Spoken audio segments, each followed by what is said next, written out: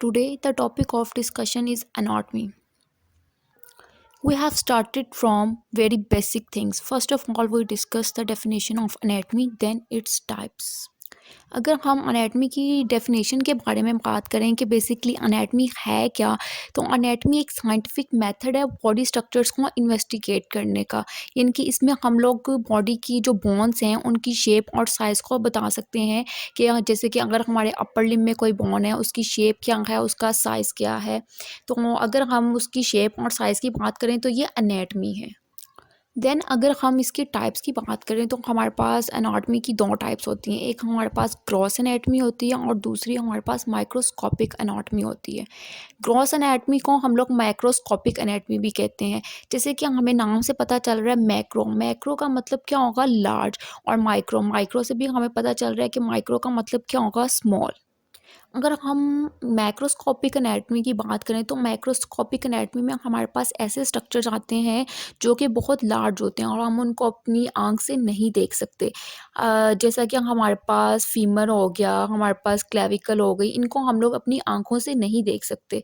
इसकी तरह अगर हम माइक्रोस्कोपिक एनाटमी की बात करें तो माइक्रोस्कोपिक एनाटमी जो होती है इसमें हम लोग स्मॉल स्ट्रक्चर्स की स्टडी करते हैं और इसमें बहुत स्मॉल स्ट्रक्चर्स होते हैं जिनको हम अपनी आंख से नहीं देख सकते।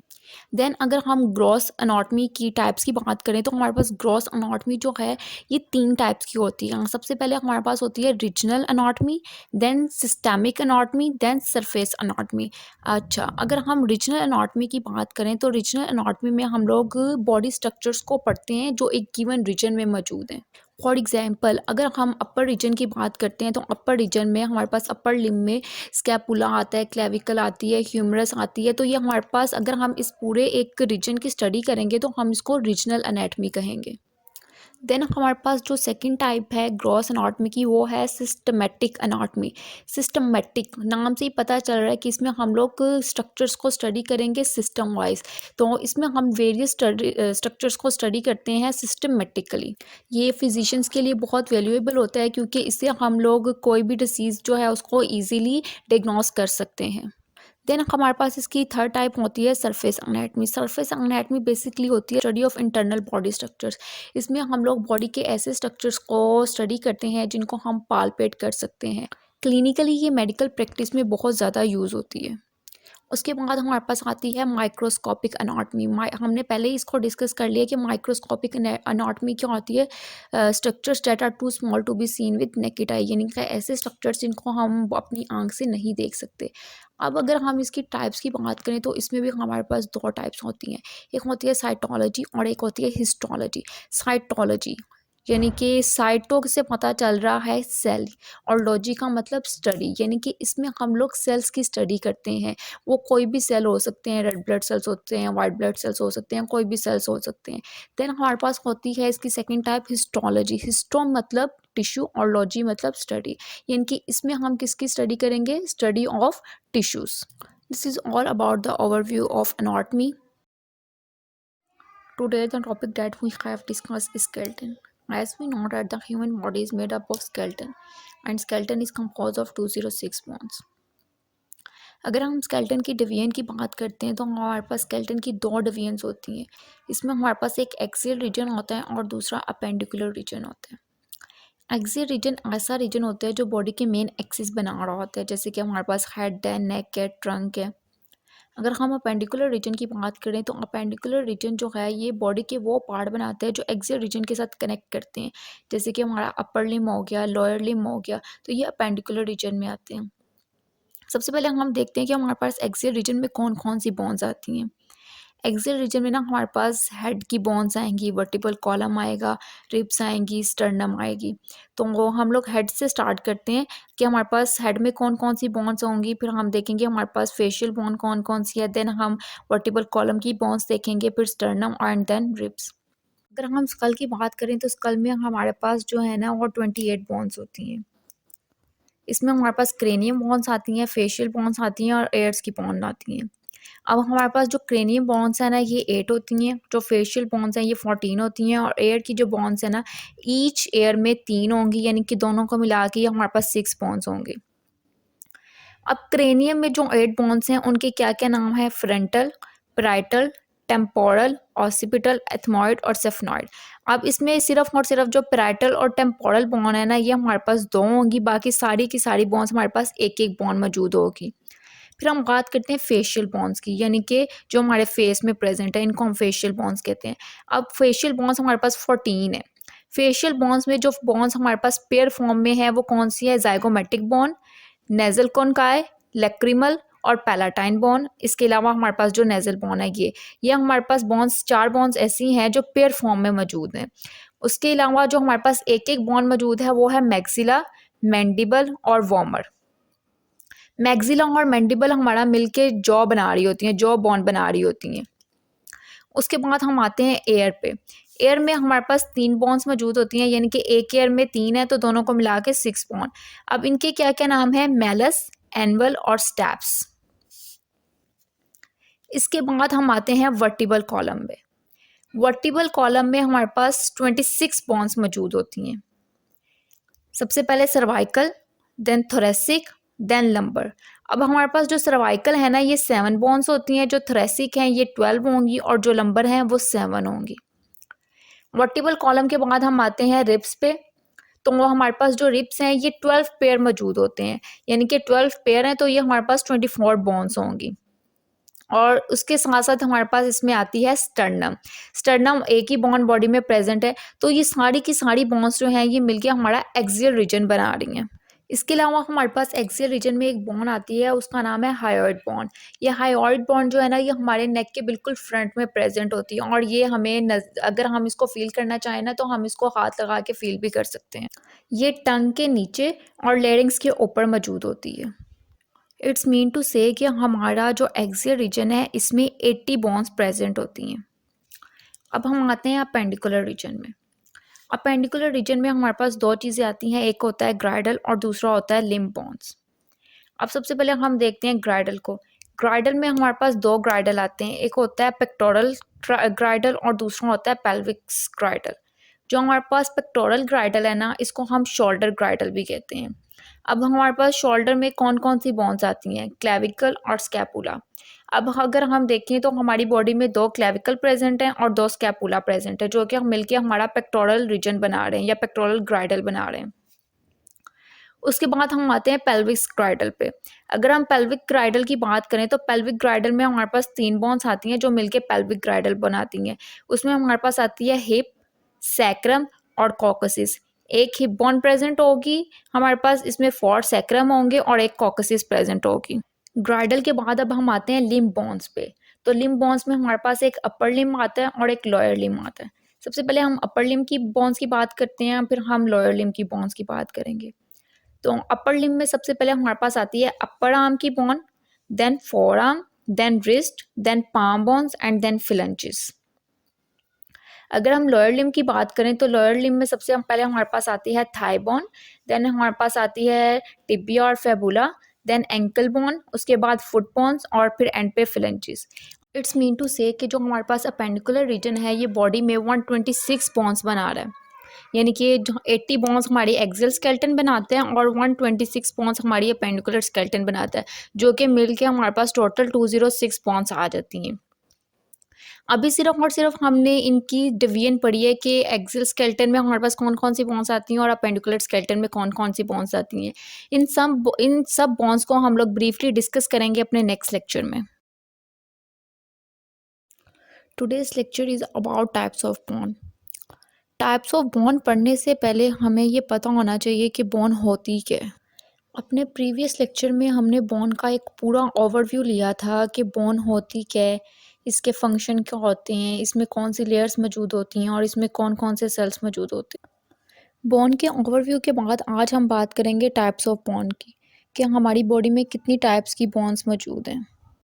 Human body is mainly consist of 6 types of bones, namely long bones, short bones, flat bones, irregular bones, sesamoid bones. First of all, we will discuss about long bones.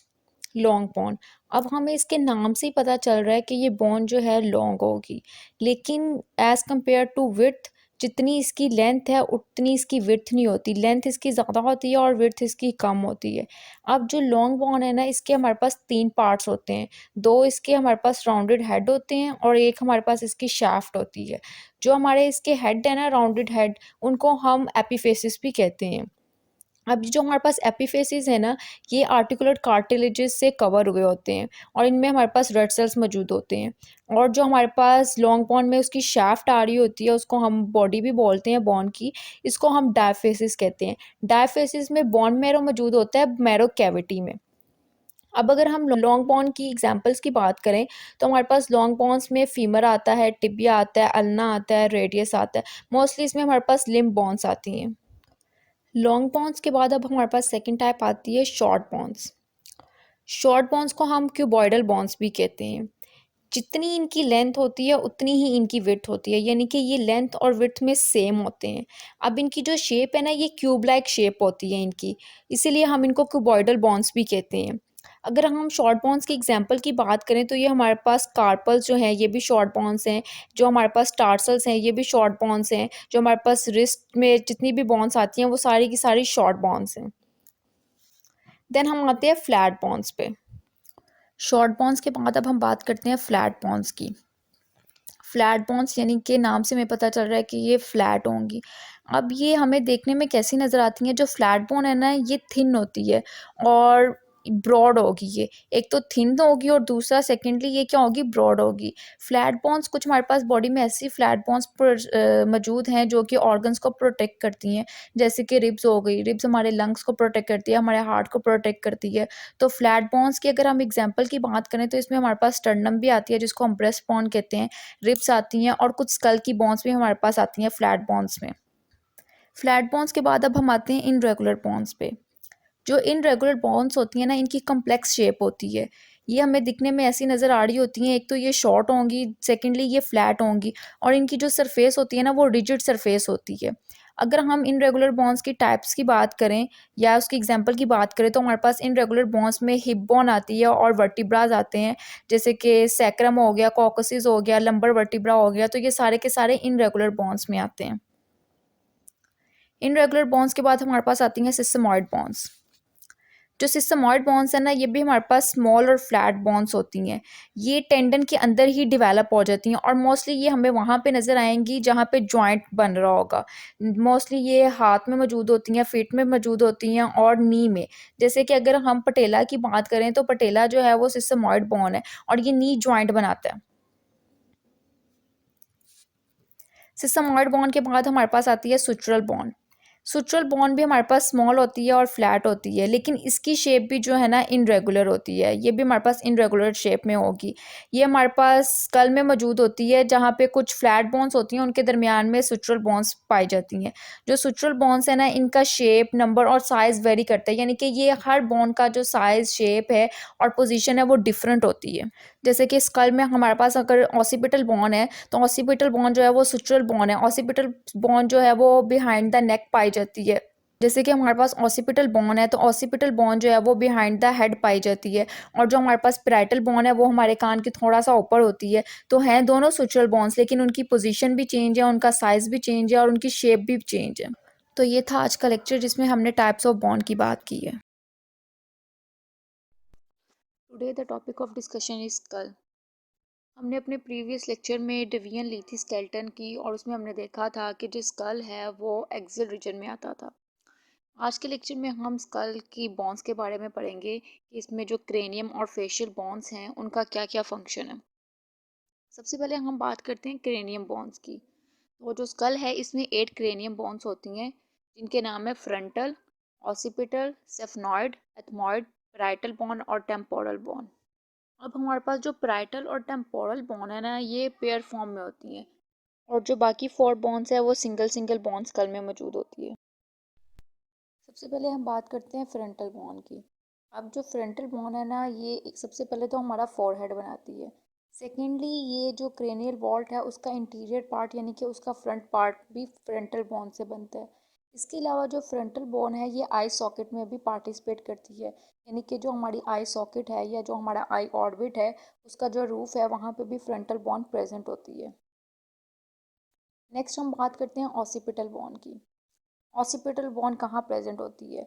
Occipital bone जो है ये हमारे posterior side पे present होती है, यानी कि जो हमारा हेड का पोस्टीरियर पार्ट है वहाँ पे ऑसिपिटल बोन प्रेजेंट हो। ऑसिपिटल बोन का एक फंक्शन ये भी होता है कि ये हमारे हेड को सपोर्ट कर रही होती है, यानी कि स्पाइनल कॉलम से ऊपर हमारा हेड होता है, तो ऑसिपिटल बोन जो है ये हमारे हेड को सपोर्ट करती है। ऑसिपिटल बोन में ना हमारे पास एक ओपनिंग होती है जिसे हम कहते हैं फोरामेन मैग्नम। फोरामेन मैग्नम में जो है ना हमारे पास एक होल होता है जहाँ से हमारा जो स्पाइनल कॉर्ड है वो स्टार्ट हो जाता है और क्रेनियम वहाँ पे आके हमारा ख़त्म हो। देन हमारे पास आती है सेफनॉइड बोन। सेफनॉइड बोन जो है एक तो ये हमारा क्रेनियम का सेंट्रल पार्ट बनाती है, सेकेंडली ये हमारे क्रेनियम की बेस भी बना रही होती है। इसके अलावा ये ऑर्बिट्स यानी कि आई सॉकेट में भी पार्टिसिपेट करती है और वहाँ पे भी कुछ पार्ट ये बना रही होती है ऑर्बिट्स का। और उन ऑर्बिट से हमारी ऑप्टिक नर्व जो हैं वो ट्रांसमिट करती हैं और posterior part of the maxilla को भी सपोर्ट करती हैं। अब सेफनॉइड के पास बाद हमारे पास आती है एथमॉइड बॉन। एथमॉइड बॉन जो है ना ये हमारी आइज़ के बिटवीन यानी कि आंखों के दरमियान प्रेजेंट होती है। ये फ्रंटल से स्टार्ट होती है और सेफनॉइड बॉन तक इसकी एक्सटेंशन होती है, यानी कि ये फ्रंटल से स्टार्ट होगी और सेफनॉइड बॉन तक जाए। अब जो हमारे पास एथमॉइड बोन है ना ये हमारे स्कल का इंटीरियर पार्ट बनाती है। इसके अलावा हमारा जो ऑर्बिट या आई सॉकेट जो है उसकी जो मीडियल वॉल होती है ना वो भी एथमॉइड बोन से बनी होती है। और जो हमारा नेजल सेप्टम है या जो हमारी नोज़ है, हमारी नोज़ का जो रूफ है उसमें भी एथमॉइड बोन ने पार्टिसिपेट किया होता है। अभी तक हमने जो बोन्स डिस्कस की हैं ये हमारी बॉडी में और या हमारे स्कल में एक एक प्रेजेंट है। अब हम जब बात कर रहे हैं प्राइटल बोन की, तो प्राइटल बोन जो है ये पेयर फॉर्म में मौजूद होती है स्कल में। पैराइटल जो है ना ये हमारे क्रेनियम का एक लार्ज पार्ट बना रही होती है, यानी कि हमारे स्कल का जो मेजर लार्ज पार्ट है ना वो पैराइटल बोन से बना होता है। अब ये जो पैराइटल बोन है ना ये हमारी इसकी एक्सटेंशन क्या है, ये फ्रंटल बोन से स्टार्ट होती है और ऑसिपिटल बोन तक ये जाती है। हमने कहा था कि जो पैराइटल बोन है ये दो होती हैं, इनकी पेयर फॉर्म में होती हैं। तो जो स्कल में दोनों पैराइटल बोन्स मौजूद हैं ये स्कल के या क्रेनियम के मिड में आके एक दूसरे के साथ ज्वाइन करती हैं और वहाँ पे आके सैगिटल स्ट्रक्चर बनाती हैं। उसके बाद हमारे पास आता है टेम्पोरल बोन। टेम्पोरल बोन भी स्कल में दो मौजूद होती हैं, एक लेफ्ट साइड पे और एक राइट साइड पे।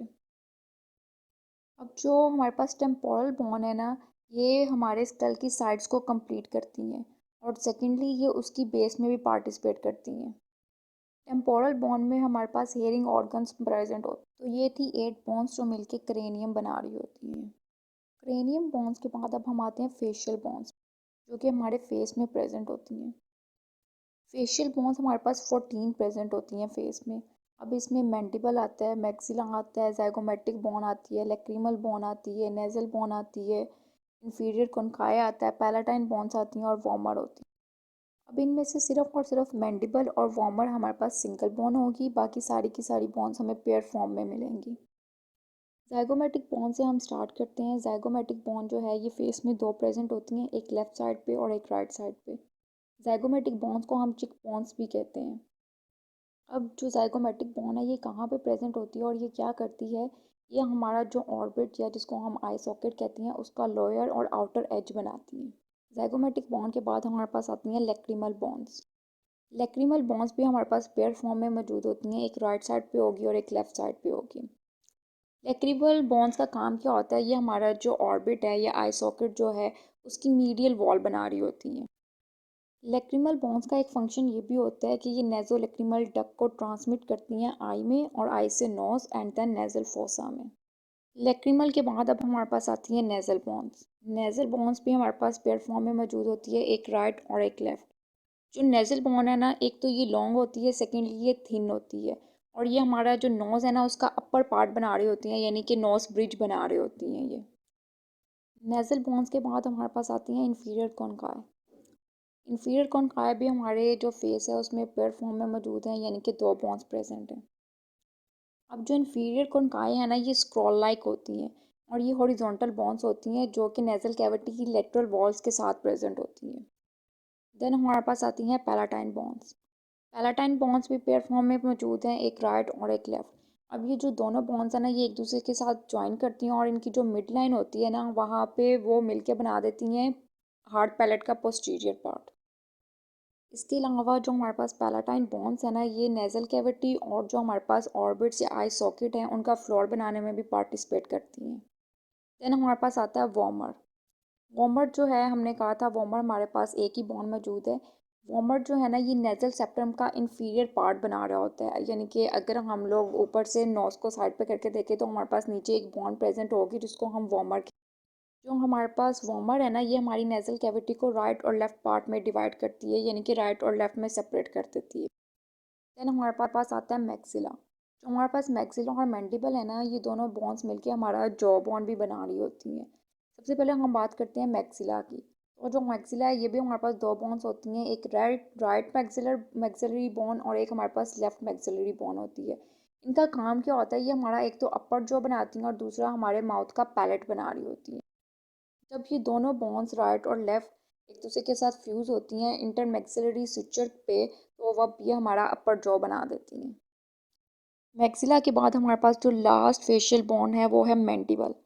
मैंडिबल भी एक ही बोन मौजूद होगी हमारे फेस में। एक तो ये बोन जो है, ये लार्ज होती है और ये स्ट्रॉन्गेस्ट बोन है फेस की। इसका काम क्या होता है, ये हमारा लोअर जॉ बना रही होती है। इसकी शेप जो है ना, वो शू शेप होता है, यानी कि शू की जैसी शेप होती है ना, उस तरह की इसकी शेप होगी और ये हमारा लोअर जॉ बना रही होती है। इसके अलावा ये स्कल में टेम्पोरल बोन के साथ आर्टिकुलेट करती है और वहाँ पे ये टेम्पोरो मैंडिबुलर जॉइंट बनाती है। तो ये था आज का हमारा लेक्चर, जिसमें हमने स्कल की बात की कि स्कल में कौन कौन सी बोन्स प्रेजेंट हैं, वो कहाँ कहाँ पे पाई जाती हैं और उनका क्या क्या काम है। Today, the topic of discussion is clavicle. Clavicle is the part of upper limb. Clavicle जो है ये हमारे पास अपर लिम्ब की बोन्स में से एक बोन है जो कि सबसे फर्स्ट पे हमारे पास मौजूद होती है। आज के लेक्चर में हम लोगों ने बात करनी है क्लेविकल की। हम क्लेविकल की एनाटॉमी पढ़ेंगे, उसके लैंडमार्क्स पढ़ेंगे, क्लेविकल के फंक्शंस देखेंगे। इसी तरह हम आज के लेक्चर में क्लेविकल का एक पूरा ओवरव्यू लेंगे। सबसे पहले हम बात करते हैं क्लेविकल की पोजीशन की, कि क्लेविकल बॉडी में किस जगह पे मौजूद है। अगर हम इसकी पोजीशन की बात करें तो क्लेविकल जो है ये हमारे पास अपर लिम्ब में हॉरिजॉन्टली लाई कर रही होती है। अब जो क्लेविकल है इसको हम कॉलर बोन भी कहते हैं और ब्यूटी बोन भी कहते हैं। अब क्वेश्चन ये है कि हम क्लेविकल को ब्यूटी बोन क्यों कहते हैं। अब क्लेविकल को ब्यूटी बोन इसलिए कहा जाता है इसकी प्रीडोमिनेंट लोकेशन की वजह से। अब हमारे पास बॉडी में कुछ बोन्स ऐसी हैं जिनको फैट ने कवर किया हुआ है, कुछ बोन्स ऐसी हैं जिनको स्किन ने कवर किया हुआ है, लेकिन क्लेविकल ऐसी बोन है जिसकी प्रोजेक्शन जो है वो बॉडी के आउटवर्ड शो हो रही होती है। यानी कि अगर हम इसको पालपेट करें तो हम इसको मीडियल टू लेटरल और लेटरल टू मीडियल दोनों साइड से पालपेट कर सकते हैं। दैट्स वाई हम इसको ब्यूटी बोन भी कहते हैं। अब हम बात करते हैं इसकी शेप की और साइज़ की। जो क्लेविकल है ये हमारे पास लॉन्ग बोन होती है। हमने टाइप्स ऑफ बोन पढ़ा था, उसमें हमने देखा था कि लॉन्ग बोन्स में कौन-कौन सी बोन्स आती हैं, उसमें हमने क्लेविकल का ज़िक्र किया था। तो क्लेविकल जो है ये हमारे पास लॉन्ग बोन है। अगर हम इसकी शेप की बात करें तो इसकी जो शेप है वो सिग्मॉइड शेप होती है। अब सिग्मॉइड शेप कौन-सी होती है? सिग्मॉइड शेप एस शेप को कहते हैं। अगर हम क्लेविकल को देखें ना तो इसकी एक एस शेप बन रही होती है, इसीलिए हम इसको सिग्मॉइड शेप कहते हैं, कि हम कहते हैं क्लेविकल जो है वो सिग्मॉइड शेप की है। इसके बाद हमारे पास आते हैं क्लेविकल के लैंडमार्क्स। हमारे पास जो क्लेविकल है इसके 3 लैंडमार्क्स हैं। एक इसका स्टर्नल एंड होता है जो स्टर्नम के साथ अटैच होता है, एक इसकी शाफ्ट होती है और एक इसका एक्रोमियल एंड होता है जो कि स्कैपुला के साथ अटैच होता है। क्लेविकल के लैंडमार्क को अब भी हम आगे डिटेल में डिस्कस करेंगे। इसके बाद हम आते हैं सरफेसेस पे। हमारे पास जो क्लेविकल है इसकी 2 सरफेसेस होती हैं, एक इसकी कन्वेक्स सरफेस है और एक इसकी कनकेव सरफेस है। जो इसकी कन्वेक्स सरफेस होती है ना वो इसके मीडियल एंड की तरफ आ रही होती है, यानी कि जो क्लेविकल का मीडियल एंड है वो कन्वेक्स होता है और जो इसका लेटरल एंड है वो कनकेव होता है। जैसे हर चीज़ का बॉडी में कोई ना कोई फंक्शन होता है, इसी तरह जो हमारे पास क्लेविकल है इसके भी कुछ फंक्शन है जो ये बॉडी में परफॉर्म कर रही होती है। सबसे पहला फंक्शन तो ये है कि ये अटैचमेंट प्रोवाइड करती है मसल्स को। हमारे जो शोल्डर ग्राइडल में या ट्रंक में बहुत से ऐसे मसल्स हैं जिसको क्लेविकल अटैचमेंट प्रोवाइड करती है। सेकंड इसका फंक्शन ये है कि ये प्रोटेक्ट करती है न्यूरोवेस्कुलर स्ट्रक्चर्स को, यानी कि जो अपर लिम्ब में कुछ हमारे पास न्यूरोवेस्कुलर स्ट्रक्चर्स हैं जो स्किन के अंडरलिंग है उनको क्लेविकल प्रोटेक्ट कर रही होती है। और सबसे इम्पॉर्टेंट फंक्शन जो क्लेविकल का है वो ये है कि फोर्सेस को ट्रांसमिट करता है अपर लिम्ब से एक्सियल स्केलेटन में। अब अगर हम क्लेविकल के लैंडमार्क्स की या उसके पार्ट्स की बात करें तो जो क्लेविकल है ना इसमें हमारे पास 3 पार्ट्स होते हैं। एक्सटर्नल या मीडियल एंड, एक इसकी शाफ्ट और बॉडी, और एक हमारे पास इसका होता है एक्रोमियल एंड या फिर लेटरल एंड। सबसे पहले हम डिस्कस करते हैं स्टर्नल या मीडियल एंड को। जो हमारे पास इसका स्टर्नल एंड है ना, उसका फेसिट जो है वो लार्ज होता है, और जो इसका हमारे पास मीडियल एंड है ना, ये आर्टिकुलेशन करता है स्टर्नम के साथ। जब क्लेविकल का मीडियल एंड स्टर्नम के साथ आर्टिकुलेट करता है तो वहाँ पे ये एक जॉइंट बना देता है जिसको हम कहते हैं स्टर्नो क्लेविकुलर जॉइंट। उसके बाद हमारे पास जो शाफ्ट है, शाफ्ट जो है ना, ये मतलब कि शाफ्ट जो है जिसको हम बॉडी भी कहते हैं, ये अटैचमेंट प्रोवाइड करती है मसल्स को। बहुत से मसल्स ऐसे हैं जो यहाँ से ओरिजिन होते हैं, उनका ओरिजिनेशन पॉइंट ही शाफ्ट है, क्लेविकल की शाफ्ट है। अब हमारे पास जैसे डेल्टॉइड मसल हो गया, और जैसे हमारे पास स्टर्नोहायोइड मसल हैं, तो उनकी ओरिजिनेशन क्लेविकल की शाफ्ट से होती है। देन हमारे पास आता है एक्रोमियल या लेटरल एंड। अब जो हमारे पास एक्रोमियल एंड है ना, इसका फेसिट हमारे पास स्मॉल होता है, और ये आर्टिकुलेट करता है स्कैपुला के एक्रोमियम प्रोसेस के साथ, और वहाँ पे जाके ये एक्रोमियो क्लेविकुलर जॉइंट बना देता है। उसके अलावा जो इसका लेटरल एंड या एक्रोमियल एंड जो है, ये हमारे पास दो लेगामेंट्स को अटैचमेंट भी प्रोवाइड करता है। जो हमारे पास कॉनॉइड ट्यूबरकल और ट्रेपेजॉइड लाइन है, ये जो दो हमारे पास लेगामेंट्स हैं, इनकी जो अटैचमेंट है वो भी एक्रोमियल एंड से होती है। अगर हम क्लेविकल के जॉइंट्स की बात करें कि क्लेविकल कौन-कौन से जॉइंट्स बनाता है, तो वो भी हमने अभी-अभी देखा है कि एक ये हमारे पास स्टर्नम के साथ मिलके स्टर्नोक्लेविकुलर जॉइंट बनाता है, और सेकेंडली ये हमारे पास स्कैपुला के एक्रोमियम प्रोसेस के साथ मिलके एक्रोमियोक्लेविकुलर जॉइंट बनाता है। अब हमारे पास मोस्टली ऐसा होता है कि जो क्लेविकल में फ्रैक्चर है, जब क्लेविकल में फ्रैक्चर होता है तो वो मोस्टली क्लेविकल की शाफ्ट फ्रैक्चर हो जाती है उसमें। तो हमारे पास जो मोस्ट कॉमन क्लेविकल का फ्रैक्चर है ना, उसमें क्लेविकल की मिडल शाफ्ट जो है उसमें ब्रेक आ जाएगा। अब अगर कोई है, उसका क्लेविकल में फ्रैक्चर आ गया है, तो उसको हम कैसे ट्रीट कर सकते हैं? उसके हमारे पास 2 तरीके होते हैं। एक तो हम उसकी जो क्लेविकल है वहाँ पे कोई ब्रेसिंग डाल देते हैं, जिससे उसको उसकी जो बोन है वो मज़ीद मूव नहीं करती, और बोन का जो फ्रैक्चर है वो आगे मूव करने से जो है वो बच जाता है। और सेकंड ये होता है कि हम एम्बोलाइज़ेशन कर देते हैं। एम्बोलाइजेशन में हम स्प्लिंट या स्पेशल बैंडेजेस पेशेंट को लगा देते हैं, जिसकी वजह से जो फ्रैक्चर है या जो इंजरी हुई है उसको, वो वहीं पे रुक जाती है। उससे हमें ये नहीं होता कि अब ये इंजरी या जो फ्रैक्चर उस पेशेंट को हुआ है वो आगे मूव कर जाएगा, बोन के किसी और पार्ट को डैमेज करेगा। तो ये था क्लेविकल का एक ओवरव्यू, जिसमें हमने क्लेविकल के बारे में पढ़ा है, उसके लैंडमार्क्स पढ़े हैं, उसके एंड्स के बारे में पढ़ा है, और हमने देखा कि क्लेविकल में मोस्ट कॉमन फ्रैक्चर कौन सा होता है, और अगर फ्रैक्चर हो जाता है तो उसको ट्रीट कैसे किया जाता है। क्लेविकल के बाद जो हमारे पास अपर लिम्ब में सेकंड बोन आती है वो है स्कैपुला, और उसको हम अपने नेक्स्ट लेक्चर में डिस्कस करेंगे।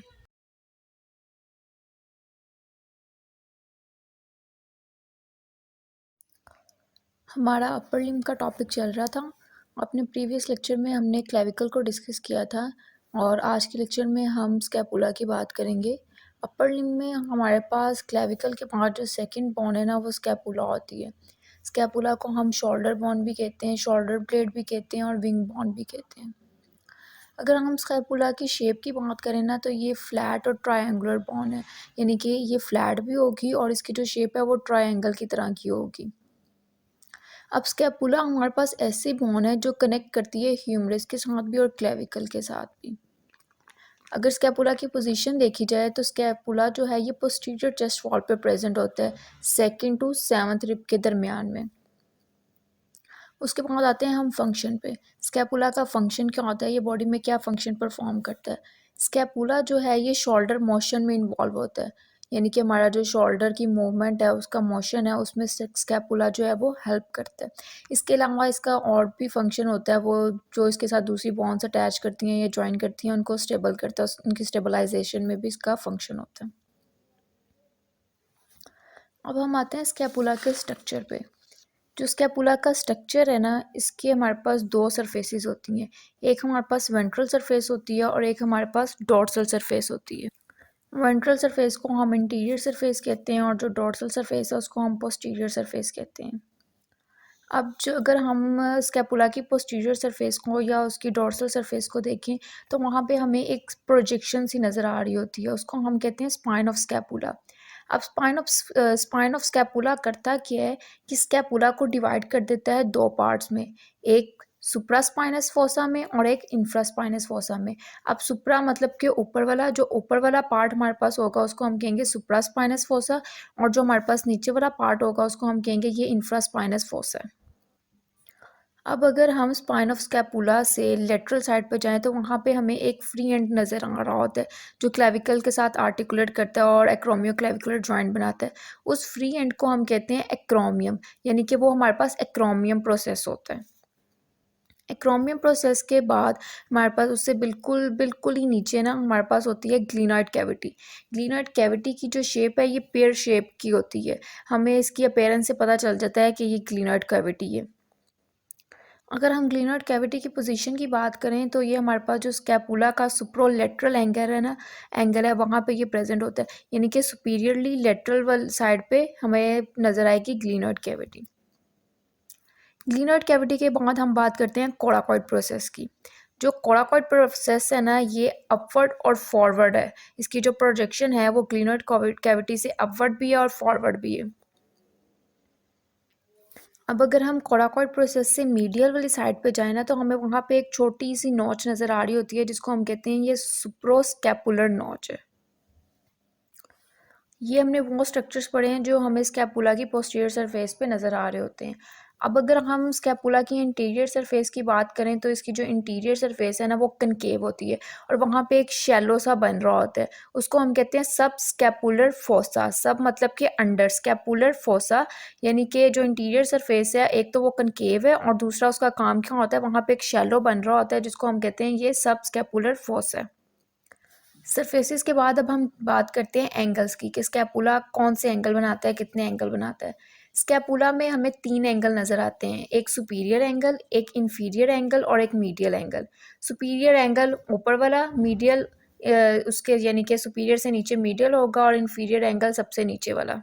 जो हमारे पास सुपीरियर एंगल है ना ये कैसे बनता है, जब हमारे पास सुपीरियर और मीडियल बॉर्डर जो है वो एक दूसरे के साथ मिलते हैं तो उनकी जंक्शन से हमारे पास सुपीरियर एंगल बन जाता है। अगर हम इसकी पोजीशन देखें तो ये हमें सेकंड थोरेसिक वर्टिब्रा पे नज़र आ रहा होगा। सेकंड थोरेसिक वर्टिब्रा पे जो एंगल हमें नज़र आएगा वो सुपीरियर एंगल होगा। सुपीरियर एंगल के बाद हमारे पास आता है मीडियल एंगल। अब मीडियल एंगल जो है हमें इसके नाम से ही पता चल रहा है कि ये स्कैपुला के मिडल में होगा। तो इसकी जो पोजीशन होती है ना वो स्कैपुला की अपर सरफेस पे होती है। स्कैपुला की अपर सरफेस पे जो एंगल बनता है उसको हम कहते हैं ये मीडियल एंगल है। मीडियल एंगल के बाद हमारे पास आता है इंफीरियर एंगल। अब जो इंफीरियर एंगल है ये कैसे बनता है, जब हमारे पास मीडियल और लेटरल बॉर्डर एक दूसरे के साथ जंक्शन करते हैं तो उनकी जंक्शन से हमारे पास जो एंगल बनता है उसको हम कहते हैं कि ये इंफीरियर एंगल है। जब हम अपनी आर्म को अपडक्ट करते हैं तो हमारा जो इंफीरियर एंगल होता है ना ये हमारी चेस्ट से फॉरवर्ड चला जाता है, यानी कि इसकी जो मूवमेंट है ये फॉरवर्ड होगी around the chest when the arm is abducted. Angles के बाद अब हम बात करते हैं बॉर्डर्स की। जैसे हमारे पास जो स्कैपुला है उसके 3 एंगल्स थे, इसी तरह हमारे पास जो स्कैपुला है इसके कुछ बॉर्डर्स भी हैं। एक इसका है सुपीरियर बॉर्डर, एक है मीडियल बॉर्डर, एक लेटरल बॉर्डर और एक इंफीरियर बॉर्डर। अब सबसे पहले हम बात करते हैं सुपीरियर बॉर्डर। जो सुपीरियर बॉर्डर है ना इसको हम शॉर्टेस्ट और शार्पेस्ट बॉर्डर भी कहते हैं। एक तो ये बहुत छोटा होता है, सेकेंडली ये शार्प होता है।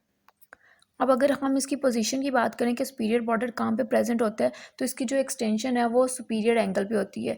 ये सुपीरियर एंगल से एक्सटेंड करता है और लेटरल साइड पे चला जाता है। लेटरल साइड पे हमारे पास क्या होता है, कोराकॉइड प्रोसेस, यानी कि इसकी पोजीशन क्या हुई, ये एक्सटेंड करता है सुपीरियर एंगल से लेटरली टूवर्ड द कैराकॉइड प्रोसेस। उसके बाद हम बात करते हैं मीडियल बॉर्डर की। मीडियल बॉर्डर को ना हम वर्टिबल बॉर्डर भी कहते हैं क्योंकि जो हमारे पास मीडियल बॉर्डर है ना यहाँ पे हमारे पास वर्टिब्राज आ रहे होते हैं। मीडियल बॉर्डर जो है ये हमारे पास थिन होता है, ये अगर हम देखें ना तो ये सुपीरियर बॉर्डर से थिन होगा। उसके उसके बाद हमारे पास आता है लेटरल बॉर्डर। लेटरल बॉर्डर को हम एक्सिलरी बॉर्डर भी कहते हैं।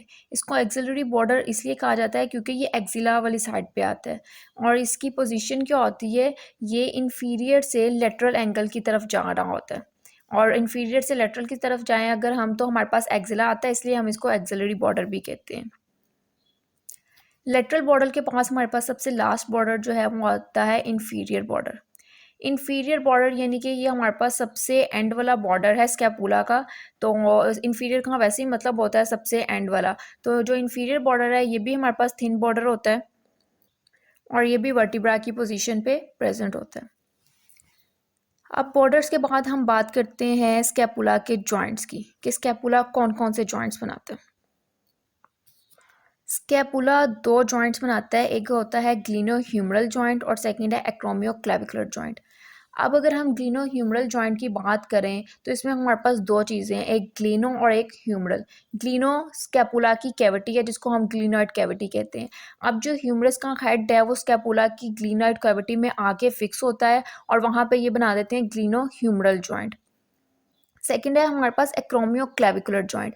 ये हमने क्लेविकल के जॉइंट में भी पढ़ा था कि जब स्कैपुला का एक्रोमियम प्रोसेस क्लेविकल के साथ मिलता है तो वहाँ पे ये एक्रोमियो क्लेविकुलर जॉइंट बना देते हैं। तो ये था हमारे पास स्कैपुला जिसमें हमने उसके बॉर्डर्स, एंगल, फंक्शन और जॉइंट्स के बारे में बात की है। अब हम अपने नेक्स्ट लेक्चर में ह्यूमरस के बारे में बात करेंगे। हमारा अपर लिम्ब का टॉपिक चल रहा था और अपने हम प्रीवियस लेक्चर में हमने स्कैपुला की बात की थी। आज के लेक्चर में हम बात करेंगे ह्यूमरस की। अपर लिम्ब में स्कैपुला के बाद हमारे पास जो बोन आती है वो ह्यूमरस है। ह्यूमरस की पोजीशन क्या है, ये बॉडी में कहाँ प्रेजेंट होती है। अब जो हमारे पास आर्म है, आर्म के दो पार्ट्स होते हैं, एक अपर आर्म होती है और एक फोर आर्म होती है। अब जो हमारे पास अपर आर्म है ना, इसमें ह्यूमरस प्रेजेंट होती है। ह्यूमरस जो है, अगर हम इसकी साइज़ की बात करें तो ये हमारे पास लॉन्ग बॉन है। हमने टाइप्स ऑफ बॉन में पढ़ा था कि लॉन्ग बॉन कौन सी होती हैं, शॉर्ट बॉन कौन सी होती है। तो इसमें से हम टाइप ऑफ बॉन की बात करें तो ह्यूमरस की टाइप कौन सी है, ये हमारे पास लॉन्ग बॉन है। अब हम बात करते हैं ह्यूमरस की डिवीजन की, इसके स्ट्रक्चर्स की। ह्यूमरस को हम तीन पार्ट्स में डिवाइड कर देते हैं। एक होता है इसका प्रॉक्सिमल एंड, एक होती है इसकी शाफ्ट या बॉडी, और एक हमारे पास इसका होता है डिस्टल एंड। प्रॉक्सिमल एंड जो है हमारे पास वो इसका अपर एंड होता है और जो डिस्टल एंड है वो हमारे पास इसका नीचे वाला एंड होता है, यानी कि इन्फीरियर एंड होता है इसका। तो हम स्टार्ट करते हैं प्रॉक्सिमल एंड से। सबसे पहले हम बात करते हैं कि प्रॉक्सिमल एंड में हमारे पास कौन कौन से स्ट्रक्चर्स प्रेजेंट होते हैं। प्रॉक्सिमल एंड में हम कौन कौन से स्ट्रक्चर्स को देख सकते हैं, आइडेंटिफाई कर सकते हैं। सबसे पहले प्रॉक्सिमल एंड में हमें एक राउंडेड सा हेड नज़र आ रहा होता है जो कि ग्लिनॉइड कैविटी के साथ आर्टिकुलेट करके हमारे पास शोल्डर जॉइंट बनाता है। अब जैसे ही हम हेड से नीचे आते हैं तो वहाँ पे हमें एक नेक नज़र आ रही होती है जिसे हम कहते हैं एनाटॉमिक नेक। अब जब हम नेक से नीचे आते हैं, बिल्कुल नीचे हमें दो ट्यूब्रोसिटीज़ नज़र आ रही होती हैं। ट्यूब्रोसिटी क्या होता है, प्रोमिनेंस, यानी कि उसको हम अगर हाथ लगाएं तो हम उस ट्यूब्रोसिटी को फील कर सकते हैं, एक प्रोमिनेंस ही होती है। ट्यूब्रोसिटी का काम क्या होता है, यूजुअली यहाँ पे मसल्स और लिगामेंट्स की अटैचमेंट होती है। अब हमने बात की कि एनाटॉमिक नेक से नीचे हमें दो ट्यूब्रोसिटीज़ नज़र आती हैं। अब वो कौन कौन सी ट्यूब्रोसिटीज़ होती हैं, एक हमारे पास होती है ग्रेटर ट्यूब्रोसिटी और एक हमारे पास होती है लेसर ट्यूब्रोसिटी। ग्रेटर ट्यूब्रोसिटी थोड़ी सी ऊपर होगी और लेसर ट्यूब्रोसिटी जो है ना वो उससे थोड़ी सी नीचे होगी। अब हमारे पास ग्रेटर और लेसर ट्यूब्रोसिटी को सेपरेट करने के लिए एक और स्ट्रक्चर होता है जिसे हम कहते हैं बाइसेप्टल ग्रूव, या उसको हम इंटरट्यूबरकल ग्रूव भी कहते हैं। इंटरट्यूबरकल ग्रूव से तो हमें साफ पता चल रहा है कि दो ट्यूब्रोसिटीज के दरमियान सेपरेशन है, जिसको हम क्या कह रहे हैं, इंटरट्यूबरकल ग्रूव। अब जब हमारे पास इसका अपर एंड ख़त्म होता है और ह्यूमरस ज्वाइन करती है शाफ्ट के साथ, तो वहाँ पे हमें एक नैरो सी नेक नज़र आ रही होती है जिसको हम कहते हैं कि ये सर्जिकल नेक है। अगर हम ह्यूमरस का स्ट्रक्चर देखें ना, तो ये ऊपर से हमारे पास थोड़ी सी थिन होती है और नीचे आते आते ये वाइड हो जाती है। तो अब जैसे जैसे ये हेड से नीचे आती जाएगी तो वहाँ पे हमें एक नैरो सा स्ट्रक्चर नज़र आता है जिसको हम कहते हैं ये सर्जिकल नेक। अब सर्जिकल नेक की अगर हम लेटरल साइड पे देखें तो हमें वहाँ पे एक ट्यूब्रोसिटी नज़र आ रही होती है। ये ना रफ सी एलिवेशन होती है, अगर इसको टच किया जाए तो बहुत रफ सा फील होता है। और एलिवेशन का मतलब यानी कि उभराव सा होता है, जिसको हम कहते हैं ये डेल्टॉइड ट्यूब्रोसिटी है। अब अगर हम डेल्टॉइड ट्यूब्रोसिटी से पीछे और थोड़ा सा नीचे आए तो वहाँ पे हमें एक और ट्यूब्रोसिटी नज़र आती है जिसे हम कहते हैं ये स्पाइरल ग्रूव है। अब ये स्पाइरल ग्रूव का काम क्या होता है, ये रेडियल नर्व के साथ अकोमोडेट करता है। वो हम ये जो नर्व वाला काम है ये हम नर्व सप्लाई, ब्लड सप्लाई में पढ़ेंगे। अब बॉडी के बाद हमारे पास आता है इसका डिस्टल एंड या फिर लोअर एंड। अब जो हमारे पास ह्यूमरस का लोअर एंड है ना, इसमें हमारे पास दो कंडाइल्स होते हैं। एक होता है मीडियल कंडाइल और एक होता है लेटरल कंडाइल।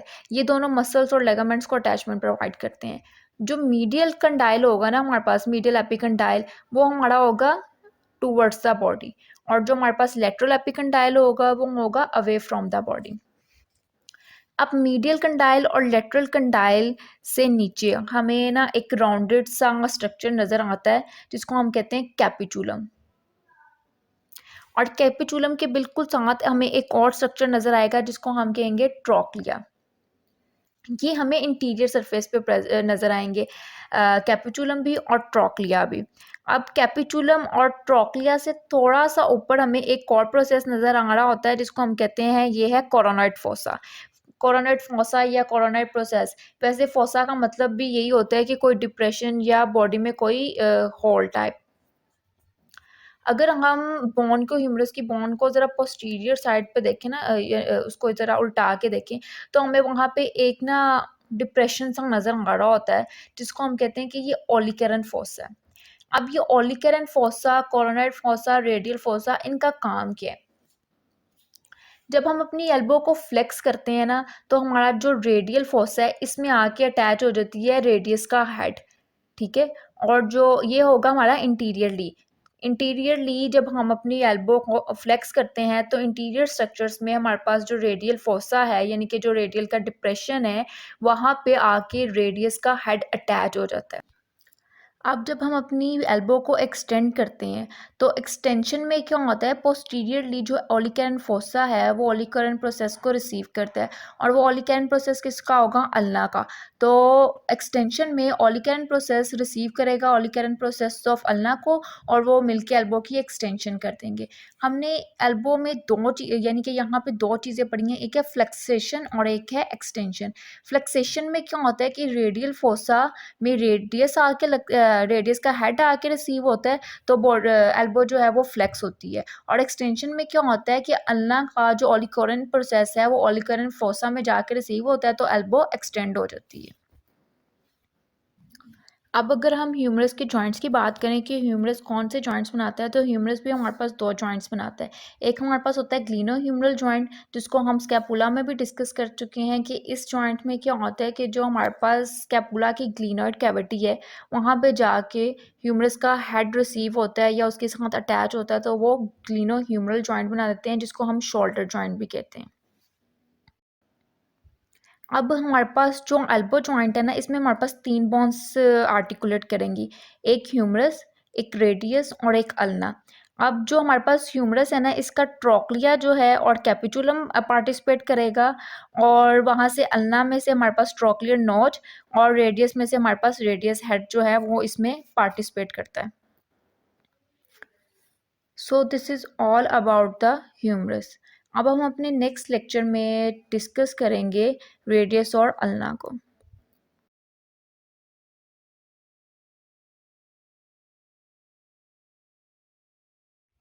हमारा अपर लिम्ब का टॉपिक चल रहा था। अपने प्रीवियस लेक्चर में हमने अपर आर्म की बोन की बात की थी कि अपर आर्म में हमारे पास कौन सी बोन प्रेजेंट होती है। आज के लेक्चर में हम डिस्कस करेंगे फोर आर्म की बोन की, कि हमारा जो फोर आर्म है इसमें कौन कौन सी बोन्स प्रेजेंट होती हैं। फोर आर्म में ना बेसिकली हमारे पास दो बोन्स प्रेजेंट होती है, एक होती है रेडियस और दूसरी होती है अल्ना, जो मिलके हमारे पास फोर आर्म बनाती हैं। सबसे पहले हम डिस्कस करते हैं रेडियस को। अब अगर हम रेडियस की बोन टाइप की बात करें तो जो रेडियस है ना, ये हमारे पास लॉन्ग बोन होती है, और सेकंड ये वेट बेयरिंग बोन भी है, यानी कि जो हमारे फोरआर्म पे वेट पड़ता है उसमें उसको बेयर करने में सिर्फ और सिर्फ रेडियस पार्टिसिपेट करता है, अल्ना वेट बेयरिंग में पार्टिसिपेट नहीं करता।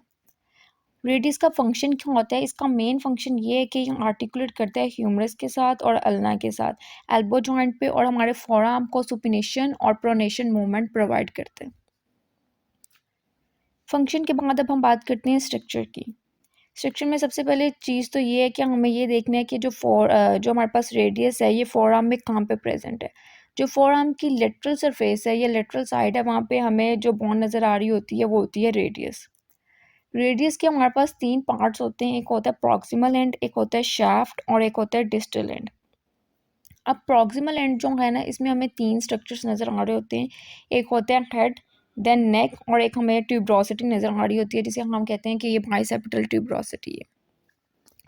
अब अगर हम रेडियस के हेड की बात करें ना, तो इसका हेड है, उसकी अपर सरफेस जो है वो कनकेव होती है और वो आर्टिकुलेट करती है ह्यूमरस के कैपिचुलम के साथ।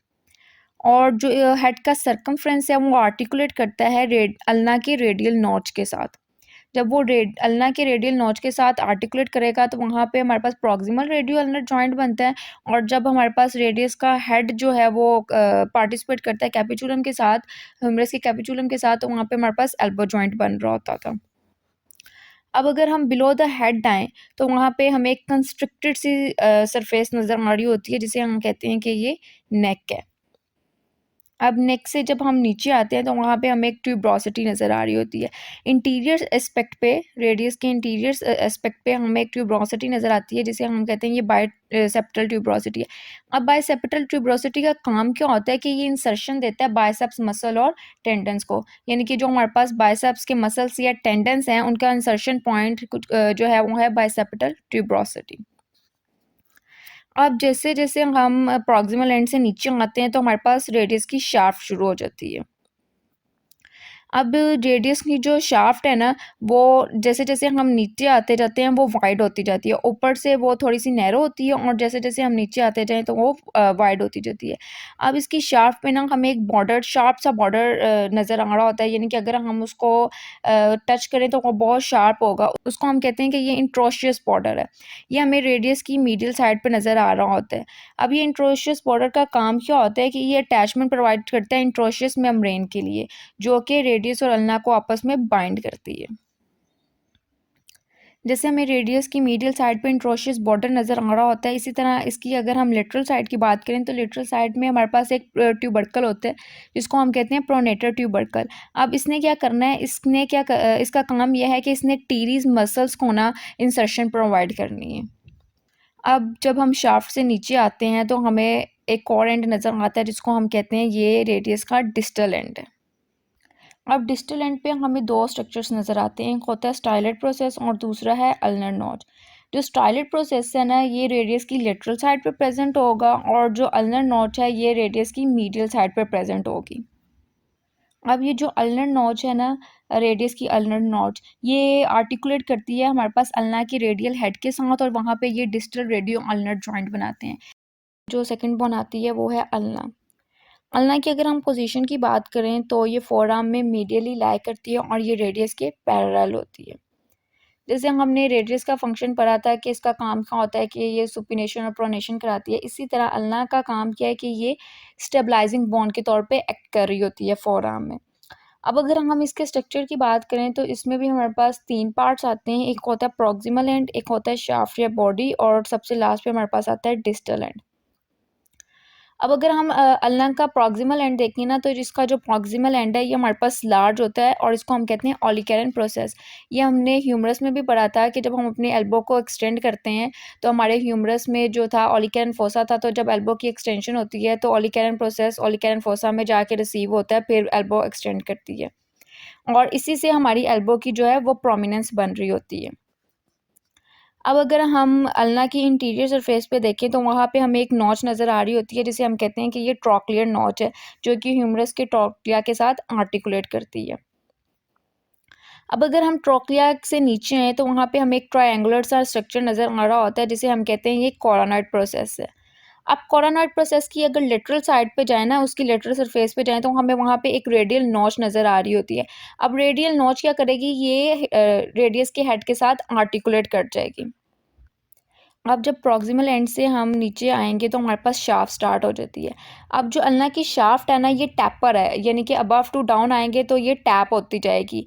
अब जो हमारे पास अल्ना है इसके पास भी एक शार्प इंट्रोशियस बॉर्डर होता है इसकी लेटरल साइड पे।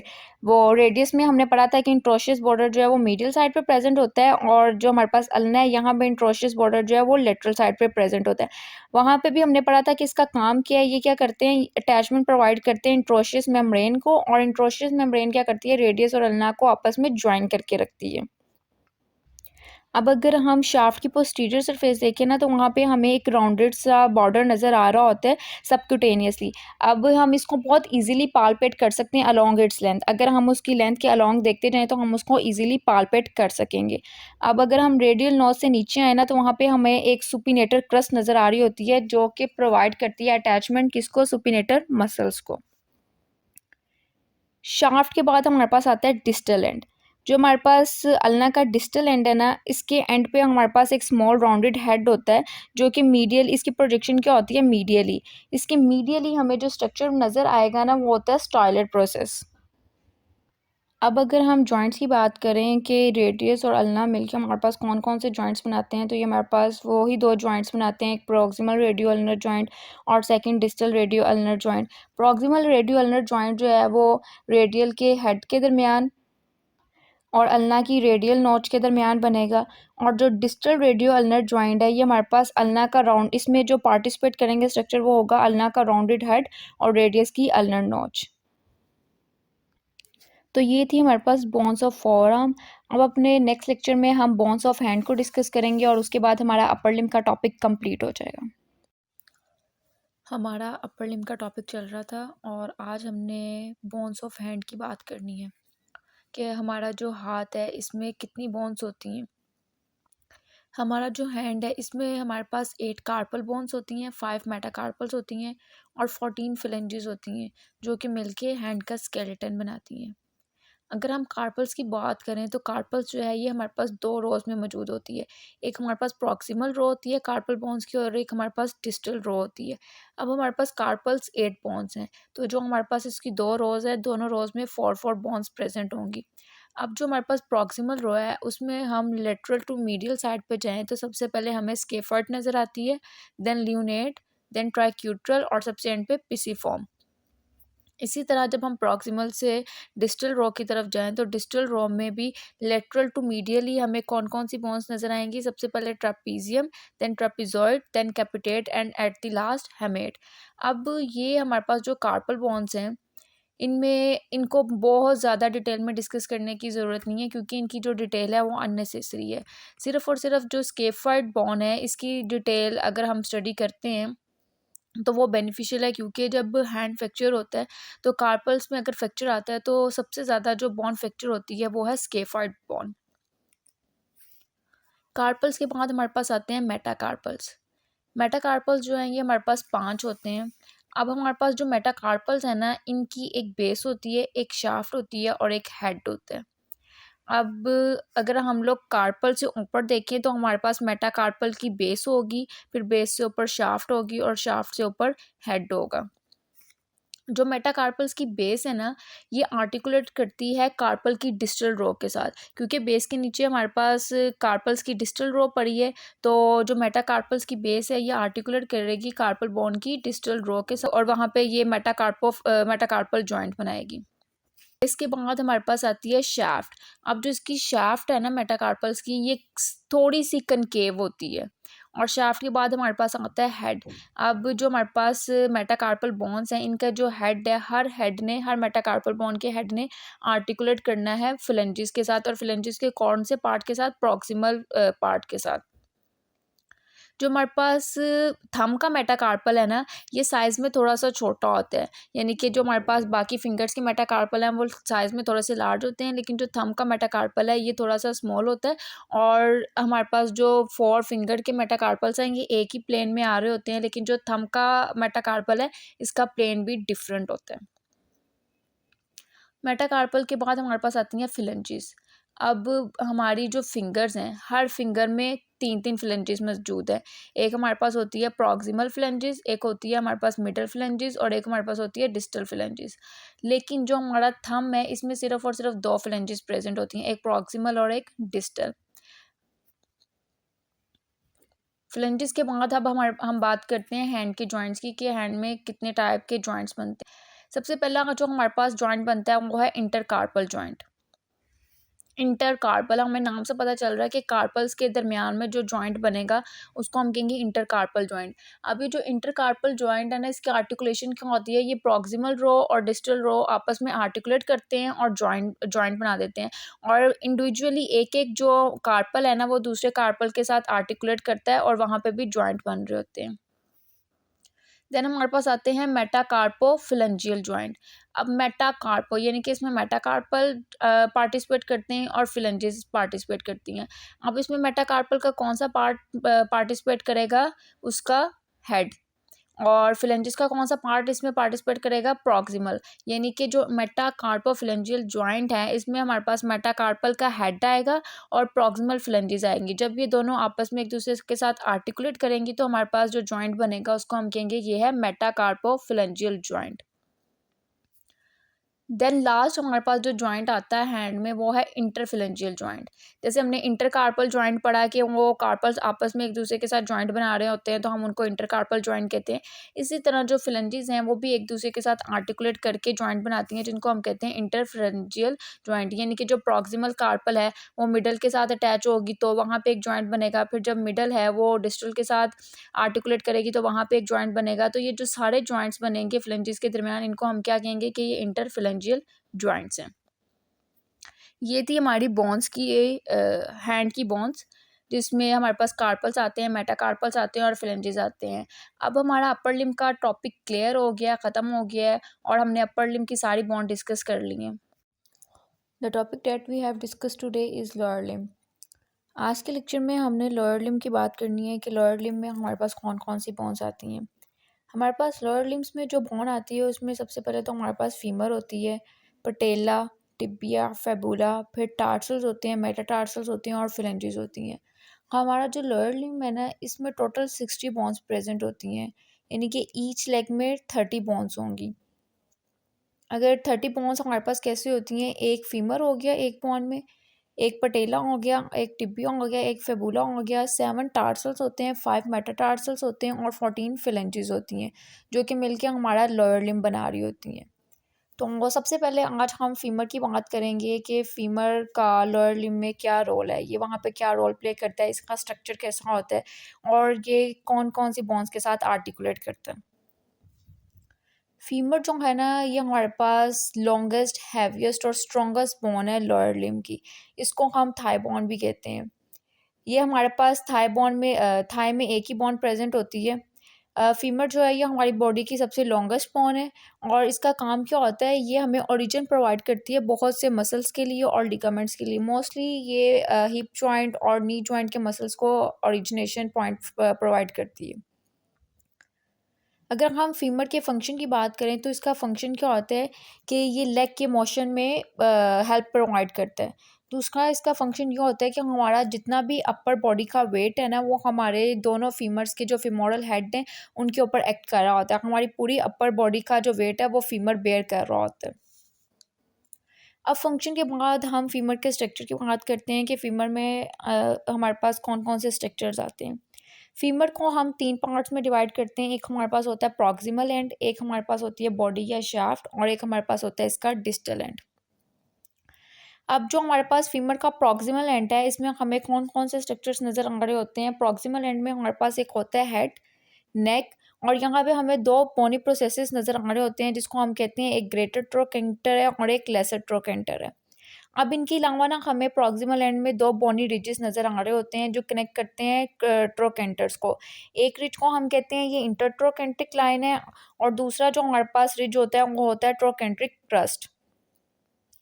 अब जो हमारे पास प्रॉक्सिमल एंड में हेड है, हेड किस तरह का होता है, ये किस तरह का हमें नज़र आ रहा होता है। जो फीमर का हेड है ये एक राउंडेड सा स्ट्रक्चर होता है जिसकी सरफेस जो है ना वो बहुत ज़्यादा स्मूथ होती है और ये कवर हुई होती है आर्टिकुलेट कार्टिलेजेस से। अब जो हमारे पास हेड है ना, हेड में हमें एक स्मॉल सा डिप्रेशन नज़र आ रहा होता है जिसको हम कहते हैं फोविया। वहाँ पे आके ना लिगामेंटम टीरीज अटैच होते हैं, इसीलिए उसका जो हेड का वो पार्ट है वो आर्टिकुलेट कार्टिलेजेस से कवर्ड नहीं हुआ होता। अब जो फीमर का हेड है ना ये आर्टिकुलेट करता है पेल्विस के एस्टैब्लम के साथ और ये वहाँ पे हिप जॉइंट बनाता है। अब हेड के बाद जो हमें फीमर में सेकंड स्ट्रक्चर नज़र आ रहा होता है वो होती है नेक। नेक जो है ना ये एक सिलेंड्रिकल शेप का स्ट्रक्चर होता है जिसकी प्रोजेक्शन जो है वो सुपीरियर और मिडल डायरेक्शन में होता है, यानी कि इसकी जो प्रोजेक्शन है वो सुपीरियरली होगी और मिडल साइड पे होगी। अब जो हमारे पास नेक है ना इसका एंगल इस तरह से शाफ्ट के साथ सेट किया जाता है कि हमें वन अप्रॉक्सीमेटली 135 डिग्री का एंगल नज़र आ रहा होता है। अब ये 135 डिग्री का जो एंगल है इसका काम क्या होता है, इसका फंक्शन ये होता है कि ये हमारे पास जो हिप जॉइंट है वहाँ पे रेंज ऑफ मूवमेंट को इंक्रीज कर देता है। नेक के बाद हमारे पास जो स्ट्रक्चर आता है प्रॉक्सिमल एंड में वो होता है ग्रेटर ट्रोकेंटर। अब जो ग्रेटर ट्रोकेंटर है ना ये हमारे पास लेटरल पैल्पेबल प्रोजेक्शन होती है फीमर बोन की। जो ग्रेटर ट्रोकेंटर है ये हमें फीमर बोन के इंटीरियर एस्पेक्ट में नज़र आ रहा होता है नेक से बिल्कुल लेटरल साइड पे। ग्रेटर ट्रोकेंटर का काम क्या होता है, ये भी साइट ऑफ अटैचमेंट प्रोवाइड करता है ग्लूटल रीजन के मसल्स के लिए, जैसे कि ग्लूटस मीडियस हो गया या ग्लूटस मैक्सिमस हो गया, उन्होंने आके कहाँ पे अटैच होना होता है ग्रेटर ट्रोकेंटर पे। ग्रेटर ट्रोकेंटर के बिल्कुल ऑपोजिट साइड पे हमें एक और स्ट्रक्चर नज़र आ रहा होता है जिसे हम कहते हैं लेसर ट्रोकेंटर। अब नाम से पता चल रहा है कि ये ग्रेटर ट्रोकेंटर से साइज में स्मॉल होगा। जैसे कि हमारे पास ग्रेटर ट्रोकेंटर जो था वो लेटरल साइड पे प्रेजेंट था, तो हमारे पास जो लेसर ट्रोकेंटर है इसकी प्रोजेक्शन क्या होती है, ये हमारे पास पोस्टीरो मीडियल साइड पे प्रेजेंट होता है फीमर के। अब जो हमारे पास फीमर की पोस्टीरियर मीडियल साइड है ना वो कौन सी होती है, जहाँ पे नेक और शाफ्ट आपस में जंक्शन करते हैं। इन्फीरियरली जहाँ पे नेक और शाफ्ट की जंक्शन होती है वहाँ पे जो हमें स्ट्रक्चर नज़र आ रहा होता है उसे हम कहते हैं कि ये लेसर ट्रोकेंटर है। लेसर ट्रोकेंटर के बाद हमने कहा था कि हमारे पास दो बोनी रिजेस भी होते हैं, एक इंटरट्रोकेंट्रिक लाइन होती है और एक इंटरट्रोकेंट्रिक क्रस्ट होता है। इंटर से हमें पता चल रहा है दोनों चीज़ों के दरमियान में कोई ना कोई लाइन होगी। अब इंटरट्रोकेंट्रिक लाइन क्या होती है, ये एक बोनी सा रिज होता है जो कि हमारे पास लेसर ट्रोकेंटर और ग्रेटर ट्रोकेंटर के दरमियान प्रेजेंट होता है, ये हमें इंटीरियर साइड पे नज़र आ रहा होता है। अब जैसे ये जो लाइन है हमारे पास ये लेसर ट्रोकेंटर को क्रॉस करती है, लेसर ट्रोकेंटर से पोस्टीरियर सरफेस पे जाती है, तो हम इसे कहते हैं कि ये अब ये पेसिटिनियल लाइन बन गई है। हेड के बाद जो हमारे पास फीमर में सेकंड स्ट्रक्चर होता है ना वो होता है शाफ्ट। शाफ्ट का अगर हम क्रॉस सेक्शन व्यू लें ना तो मिडल से ये हमें सर्कुलर नज़र आ रही होती है और पोस्टीरियर एंड पे इसका जो प्रॉक्सिमल और डिस्टल एस्पेक्ट्स हैं वहाँ से शाफ्ट की शेप जो है ना वो फ्लैट एंडेड होती है। अब अगर हम शाफ्ट का पोस्टीरियर सरफेस देखें ना तो वहाँ पे हमें एक रफ सी लाइन नज़र आ रही होती है जिसको हम कहते हैं ये है लाइना एस्प्रिया। लाइना एस्प्रिया जो है ये लैटिन लैंग्वेज का वर्ड है जिसका मतलब होता है रफ लाइन।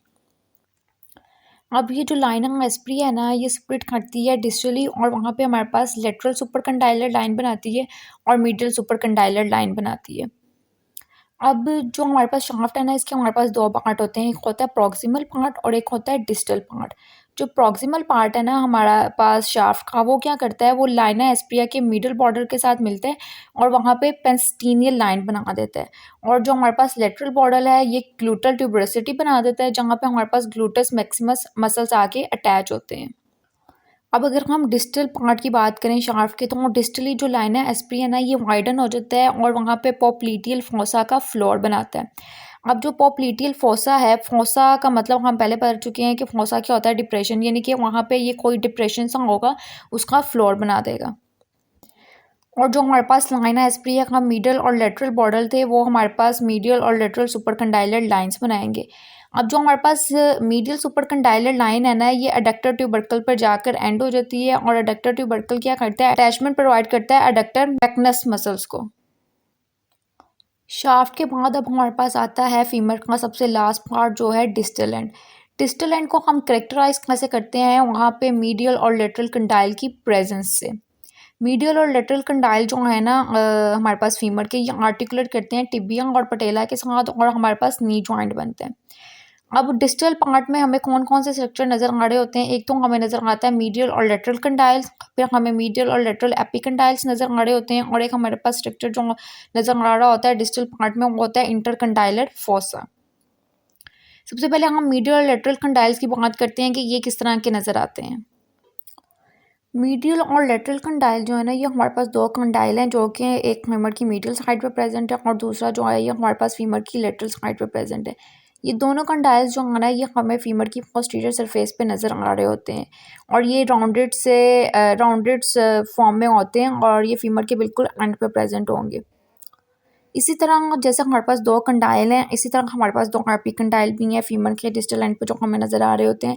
एक मीडियल सरफेस पे नज़र आ रहा होता है और एक हमें लेटरल सरफेस पे नज़र आ रहा होता है।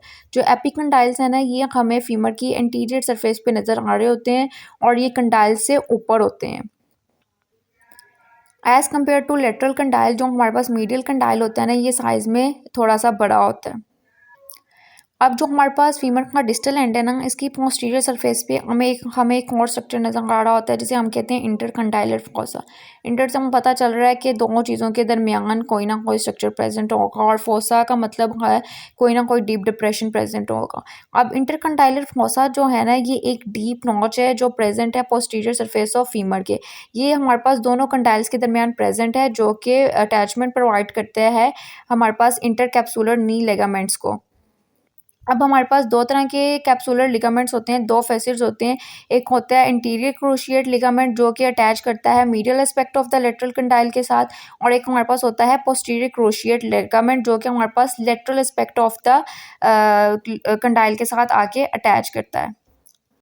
तो ये था आज का हमारा लेक्चर जिसमें हमने लोअर लिम्ब का एक छोटा सा ओवरव्यू लिया है कि लोअर लिम्ब में हमारे पास कौन कौन सी बोन्स प्रेजेंट होती हैं और फीमर बोन को हमने डिटेल में पढ़ा है। अब हम अपने नेक्स्ट लेक्चर में पटेला की बात करेंगे कि पटेला का लोअर लिम्ब में क्या फंक्शन है और कैसा उसका स्ट्रक्चर है।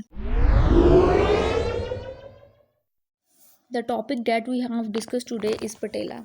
आज के लेक्चर में हम पटेला का एक ओवरव्यू लेंगे और देखेंगे कि पटेला जो है इसके जनरल फीचर्स क्या हैं और इसका ह्यूमन बॉडी में क्या फंक्शन है। First of all we will start it from the introduction of पटेला.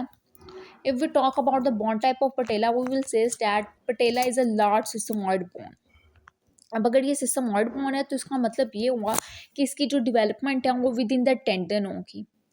अब पटेला जो है ये हमारे पास नी जॉइंट के फ्रंट पे प्रेजेंट होता है और नी जॉइंट के फ्रंट पे हमारे पास क्वाड्रिसेप्स फेमोरस मसल होते हैं।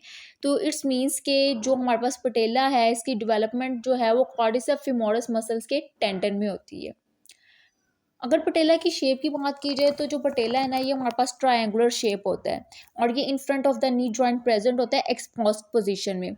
दैट्स वाई हम पटेला को इजीली पाल्पेट कर सकते हैं। अब अगर हम पटेला के जनरल फीचर्स की बात करें कि पटेला में कौन कौन से फीचर्स प्रेजेंट है, तो यहाँ पे हमें तीन फीचर्स नज़र आ रहे होते हैं। एक होती है इसकी एपिक्स, तीन बॉर्डर होते हैं और दो सरफेसेस होती हैं। अब जो हमारे पास पटेला के बॉर्डर्स हैं उसमें हमारे पास एक सुपीरियर बॉर्डर होता है, एक लेटरल बॉर्डर होता है और एक मीडियल बॉर्डर होता है। इसी तरह सरफेसेस में हमारे पास एक इंटीरियर सरफेस होती है और एक पोस्टीरियर सरफेस होती है। अब अगर हम एपिक्स को डिस्कस करें तो एपिक्स जो है ना ये हमारे पास टिबिया की ट्यूब्रोसिटी के साथ कनेक्ट होती है। पटेला की जो एपिक्स है ये इन्फीरियरली होती है और इन्फीरियरली हमारे पास कौन सी बोन होती है, टिबिया। तो एपिक्स जो है वो कनेक्ट करेगी ट्यूब्रोसिटी ऑफ द टिबिया से थ्रू लिगामेंटम पटेलाए। अब रिलैक्स स्टैंडिंग पोजीशन में जो एपिक्स है ना वो लाई करती है प्रॉक्सिमल टू नी जॉइंट। जब हम बिल्कुल रिलैक्स स्टैंड खड़े होते हैं तो हमारी जो एपिक्स होगी पटेला की वो बिल्कुल नी जॉइंट के प्रॉक्सिमल आ रही होगी। एपिक्स के बाद हमारे पास आते हैं बॉर्डर। हमने बात की थी कि हमारे पास जो है पटेला इसके तीन बॉर्डर्स होते हैं जिनमें सुपीरियर बॉर्डर है, लेटरल बॉर्डर है और मीडियल बॉर्डर है। अब जो हमारे पास सुपीरियर बॉर्डर है ना इसको हम बेस ऑफ पटेला भी कहते हैं। जो हमारे पास पटेला का सुपीरियर बॉर्डर है या जो इसकी बेस है, एक तो ये थिक होती है और सेकेंडली ये रफ होती है। ये एक स्लोप टाइप बनी होती है, डाउनवर्ड भी और फॉरवर्ड भी। अब इसका काम क्या होता है, ये अटैचमेंट प्रोवाइड करती है क्वाड्रिसेप्स फेमोरस के उस पोर्शन को जो कि हमारे पास रेक्टस फेमोरस और वेस्टस इंटरमीडियस से ड्राइव हुए होते हैं। ये सिर्फ उन्हीं पोर्शंस को अटैचमेंट प्रोवाइड करेगी, इसके अलावा जो बेस है वो किसी पोर्शन को अटैचमेंट प्रोवाइड नहीं करेगी। सुपीरियर बॉर्डर के बाद हमारे पास आते हैं मीडियल बॉर्डर और लेटरल बॉर्डर। अब जो मीडियल और लेटरल बॉर्डर है ना ये as compare to superior border ये थिन होते हैं और ये जब नीचे आते हैं तो नीचे से ये कन्वर्ट हुए होते हैं। जैसे कि हमारे पास बेस थी वो भी हमें कुछ पोर्शंस को अटैचमेंट प्रोवाइड कर रही थी, इसी तरह जो हमारे पास मीडियल और लेटरल बॉर्डर है ये भी हमारे सिर्फ और सिर्फ कुछ पोर्शंस को अटैचमेंट प्रोवाइड करते हैं। बेस हमें अटैचमेंट प्रोवाइड कर रही थी उन मसल्स को जो रेक्टस फेमोरस और वेस्टस इंटरमीडिएट से ड्राइव हो रहे थे, और जो हमारे पास मीडियल और लेटरल बॉर्डर है ये हमें क्वाड्रिसेप्स फेमोरस के सिर्फ उसी पोर्शन को अटैचमेंट प्रोवाइड करेगी जो हमारे पास वेस्टिस लेटरलिस और मीडियालिस से ड्राइव हो रहे होंगे। बॉर्डर्स के बाद अब हम आते हैं सरफेसेस पे। हमने कहा था कि पटेला की हमारे पास दो सरफेसेस होती हैं, एक होती है इंटीरियर सरफेस और दूसरी होती है पोस्टीरियर सरफेस। अब जो हमारे पास इंटीरियर सरफेस है ना, ये रफ होती है और कन्वेक्स होती है ऑल डायरेक्शंस में, और ये अटैचमेंट प्रोवाइड कर रही होती है टेंडेंट्स और लिगामेंट्स को। यानी कि अब हमारे पास यहाँ पे क्वाड्रिसेप्स मसल्स के टेंडन्स प्रेजेंट होंगे और पटेलर लिगामेंट प्रेजेंट होंगे। तो जो इंटीरियर सरफेसेस है वो हमारे पास टेंडन और लिगामेंट्स दोनों को अटैचमेंट प्रोवाइड कर रही होती है। उसके बाद हमारे पास आती है पोस्टीरियर सरफेस। जो पोस्टीरियर सरफेस है ना, ये 4 to 5 millimetre thick articular cartilages की लेयर होती है जिसके साथ ये कवर हुई होती है। और ये हमें कैसी नज़र आ रही होती है, एक तो ये स्मूथ होती है, दूसरा ये ना ओवल शेप होती है। और ये क्या करती है बिहाइंड, यानी कि ये हमारे पोस्टीरियर सरफेस में नजर आ रही होती है। तो पोस्टीरियरली ना यहाँ पे एक वर्टिकल रिज होता है जिसको दो फेसिट्स में डिवाइड कर देता है। एक लेटरल फेसिट में डिवाइड कर देता है और सेकेंडरी मीडियल फेसिट में डिवाइड कर देता है। अब जो हमारे पास पोस्टीरियर सरफेस में मीडियल फेसिट होता है ना, वो आर्टिकुलेट कर लेता है medial condyle of the femur के साथ, और जो हमारे पास लेटरल फेसिट होता है वो आर्टिकुलेट कर लेता है lateral surface of the femur के साथ। ये थे पटेला के जर्नल फीचर्स। अब अगर हम पटेला के स्ट्रक्चर की बात करें कि पटेला किस तरह से बना होता है, इसका स्ट्रक्चर कैसा होता है, कौन कौन सी चीज़ें इसमें प्रेजेंट होती हैं, तो जो पटेला है ना, ये हमारे पास डेंस कैंसलस टिश्यू से बना होता है जो कि कवर हुए होते हैं कम्पैक्ट लैमिना से। अब कम्पैक्ट लैमिना की भी थिन लेयर से कवर हुए होते हैं, थिक लेयर से ये कवर नहीं हुए होते। और जो हमारे पास कैंसलस टिश्यू की लेयर्स हैं ना, वो हमें इंटीरियर सरफेसेस पे पैरेलल फॉर्म में नज़र आ रही होती हैं। यानी कि जो लेयर हैं इंटीरियर सरफेसेस पे, वो एक दूसरे के पैरेलल नज़र आ रही होती हैं, पैरेलल प्रेजेंट होती हैं। और रेस्ट पोजीशन में, जब बोन रेस्ट पोजीशन में होती है, तो ये क्या करते हैं, जो कैंसलस टिश्यू है ये क्या करते हैं, ये डिवर्ट कर जाते हैं या रेडिएट हो जाते हैं आर्टिकुलर सरफेस से other part of the bone की तरफ। उसके बाद हम आ जाते हैं आर्टिकुलेशन पे कि पटेला की आर्टिकुलेशन क्या होती है। हमने अभी पोस्टीरियर सरफेस में पढ़ा था कि ये आर्टिकुलेट कर लेता है कंडाइल्स ऑफ फीमर के साथ। तो हमारे पास जो पटेला है ये आर्टिकुलेट कर लेता है फीमर के कंडाइल के साथ, और वहाँ पे ये बनाता है पटेलो फीमोरल जॉइंट्स। इसका नाम पटेलो फीमोरल जॉइंट इसलिए है क्योंकि इसमें सिर्फ और सिर्फ पटेला और फीमर आर्टिकुलेट कर रहे होते हैं, टिबिया इसमें पार्टिसिपेट नहीं करता। आर्टिकुलेशन के बाद अब हम आ जाते हैं फंक्शंस पे कि पटेला कौन कौन से फंक्शन परफॉर्म करता है। फर्स्ट ऑफ ऑल जो पटेला का मेन फंक्शन है वो ये है कि ये मसल्स की एफिशिएंसी को इंक्रीज़ कर देता है फ्लेक्शन और एक्सटेंशन में। सेकंड फंक्शन पटेला का ये है कि ये हमारे जो नी जॉइंट है उसको प्रोटेक्ट करता है डैमेज होने से। तो ये था हमारा आज का लेक्चर जिसमें हमने पटेला का एक ओवरव्यू लिया है। अपने नेक्स्ट लेक्चर में हम टिबिया और फेबुला को डिस्कस करेंगे। The topic that we have discussed today is tibia and fibula. First of all, we will discuss about tibia, then we will move towards fibula. आज के लेक्चर में हमने tibia और फेबुला के general features की बात करनी है और इनके फंक्शंस की बात करनी है कि लोअर लिम्ब में या लोअर लेग जो है हमारे पास, उसमें टिबिया के कौन कौन से फीचर्स प्रेजेंट हैं और फेबुला के हमारे पास कौन कौन से फीचर्स प्रेजेंट हैं और इनकी फंक्शनिंग क्या है। अगर हम टिबिया की बात करें तो टिबिया जो है ये हमारे पास बॉडी में सेकेंड लार्जेस्ट बॉन प्रेजेंट है। टिबिया जो है ये हमारे पास लोअर लेग में मीडियल एस्पेक्ट पे प्रेजेंट होती है। और अगर हम इसके फंक्शन की बात करें तो इसका फंक्शन होता है वेट बेयरिंग। इनके हमारा जो लोअर लेग है इसमें जितना भी वेट आ रहा होता है वो सारा का सारा टिबिया बेयर करती है, फेबुला वेट बेयरिंग में पार्टिसिपेट नहीं करती। फंक्शंस के बाद अब अगर हम टिबिया की आर्टिकुलेशन की बात करें कि टिबिया कौन कौन सी बोन्स के साथ आर्टिकुलेट करती है, तो हमारे पास जो टिबिया का अपर एंड होता है ये आर्टिकुलेट करता है फीमर के कंडाइल्स के साथ और फेबुला के हेड के साथ। और जो हमारे पास टिबिया का डिस्टल एंड है ये आर्टिकुलेट करता है distal end of the fabula के साथ और टेलिस के साथ, और वहाँ पे ये एंकल जॉइंट बनाते हैं। अब हम टिबिया के जनरल फीचर्स की बात करते हैं कि टिबिया बॉन के कौन कौन से जनरल फीचर्स हैं।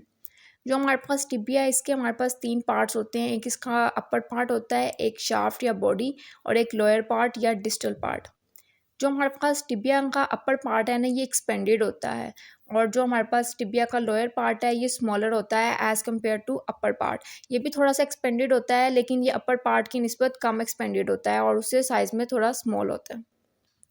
अब हमारे पास जो टिबिया का अपर एंड है ना, इसके अपर एंड में हमारे पास दो कंडाइल्स होते हैं, एक लेटरल कंडाइल होता है और एक मीडियल कंडाइल होता है। अब जो हमारे पास टिबिया के लेटरल और मीडियल कंडाइल है ना, ये आर्टिकुलेट कर लेते हैं लेटरल और मीडियल कंडाइल ऑफ फीमर के साथ और लेटरल और मीडियल मेनिस्कस के साथ। अब हमारे पास जो लेटरल और मीडियल कंडाइल है, इन दोनों के दरमियान हमारे पास एक आर्टिकुलर सरफेस प्रेजेंट होती है इंटीरियर साइड पे भी और पोस्टीरियर साइड पे भी, जिसको हम कहते हैं इंटरकंडाइलर एमनस। अब अगर ये हमारे पास इंटीरियर साइड पे प्रेजेंट है तो हम इसको कहते हैं इंटीरियर इंटरकंडाइलर एरिया और पोस्टीरियरली हम इसको कहते हैं पोस्टीरियर इंटरकंडाइलर एरिया। अब इस एरिया का काम क्या होता है, ये सेपरेट करती है लेटरल और मीडियल कंडाइल्स को। अब ये जो इंटरकंडाइलर एमनस है ना, एमनस क्या होता है, ये कोई प्रोमिनेंट पोजीशन होती है या नेचुरल एलिवेशन होती है, उभार सा होता है, ये हमें टिबिया बॉन्ड में साफ नज़र आ रहा होता है मीडियल और लेटरल कंडाइल के सेंटर में।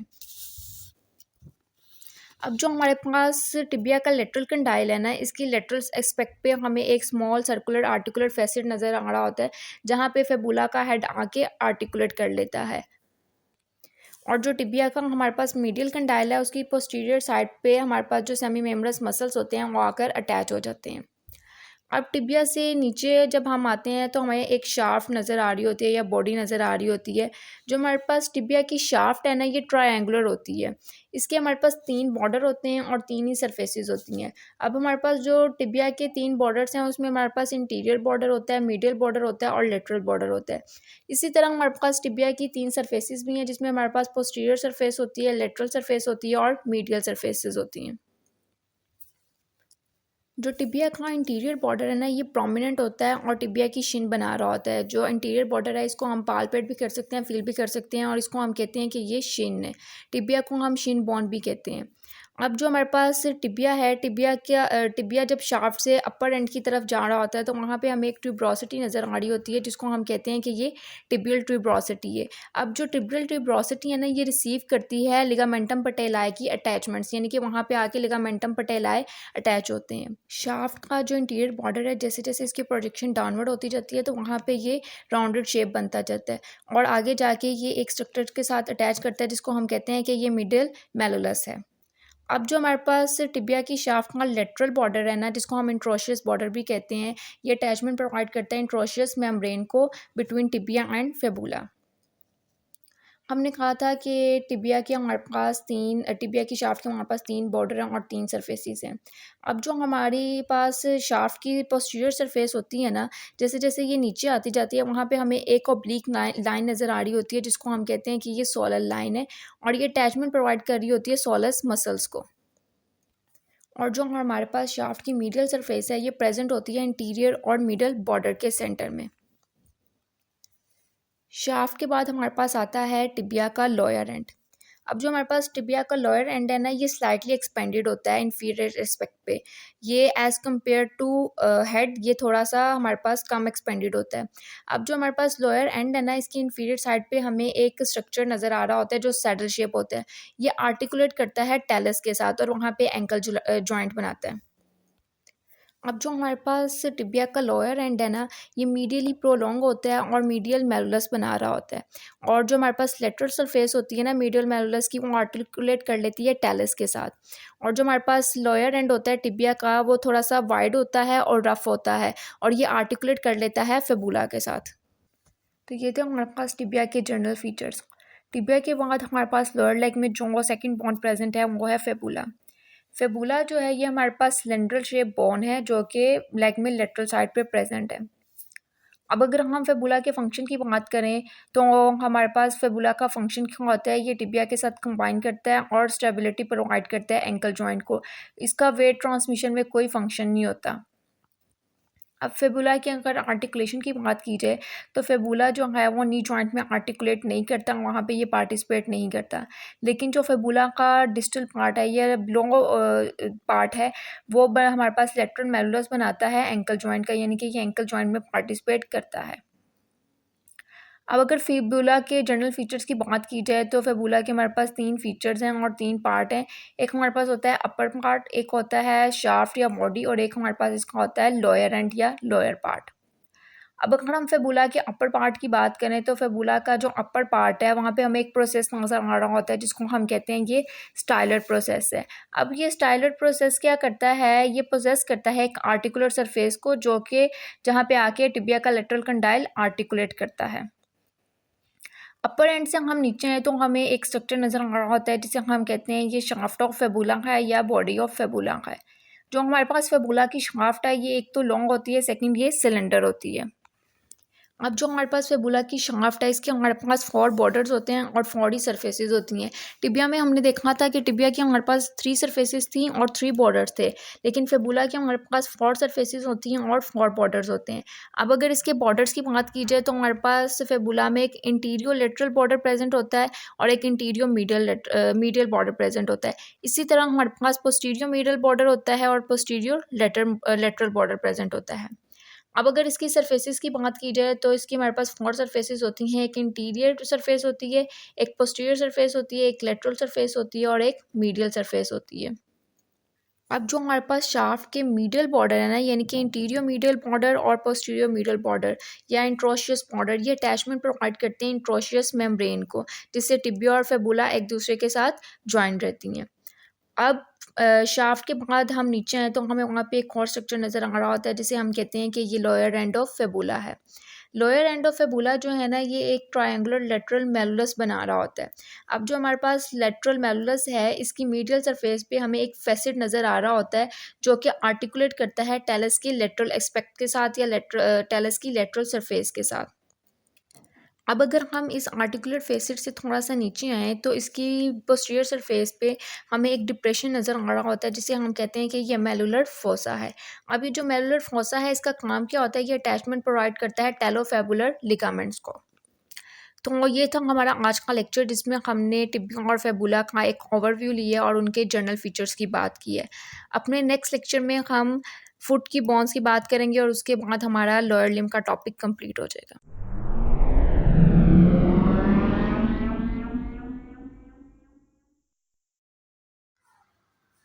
The topic that we have discussed today is bone of foot. आज के लेक्चर में हम फुट की बोन्स का एक ओवरव्यू लेंगे कि फुट में हमारे पास कितनी बोन्स प्रेजेंट हैं और कौन कौन सी बोन्स हैं। अगर हम नंबर ऑफ़ बोन्स की बात करें तो हमारे पास ह्यूमन फुट में एक फुट में 26 बोन्स प्रेजेंट होती हैं। इट्स मीन कि दोनों फुट्स में हमारे पास टोटल 52 बोन्स प्रेजेंट है। अब अगर हम फुट की बोन्स की कैटेगरी की बात करें कि वहाँ पे हमारे पास कौन कौन सी कैटेगरी की बोन्स होती हैं, तो हमारे पास फुट में 3 कैटेगरीज़ की बोन्स होती हैं जिनमें हमारे पास टार्सस बोन्स आती हैं, मेटाटार्सस बोन्स आती हैं और फिलेंजिस आती हैं। अब इन तीनों कैटेगरीज़ को हम वन बाय वन डिस्कस करेंगे। सबसे पहले हम स्टार्ट करते हैं टार्सल्स बोन्स से कि फुट में कौन कौन सी टार्सल्स बोन्स प्रेजेंट है।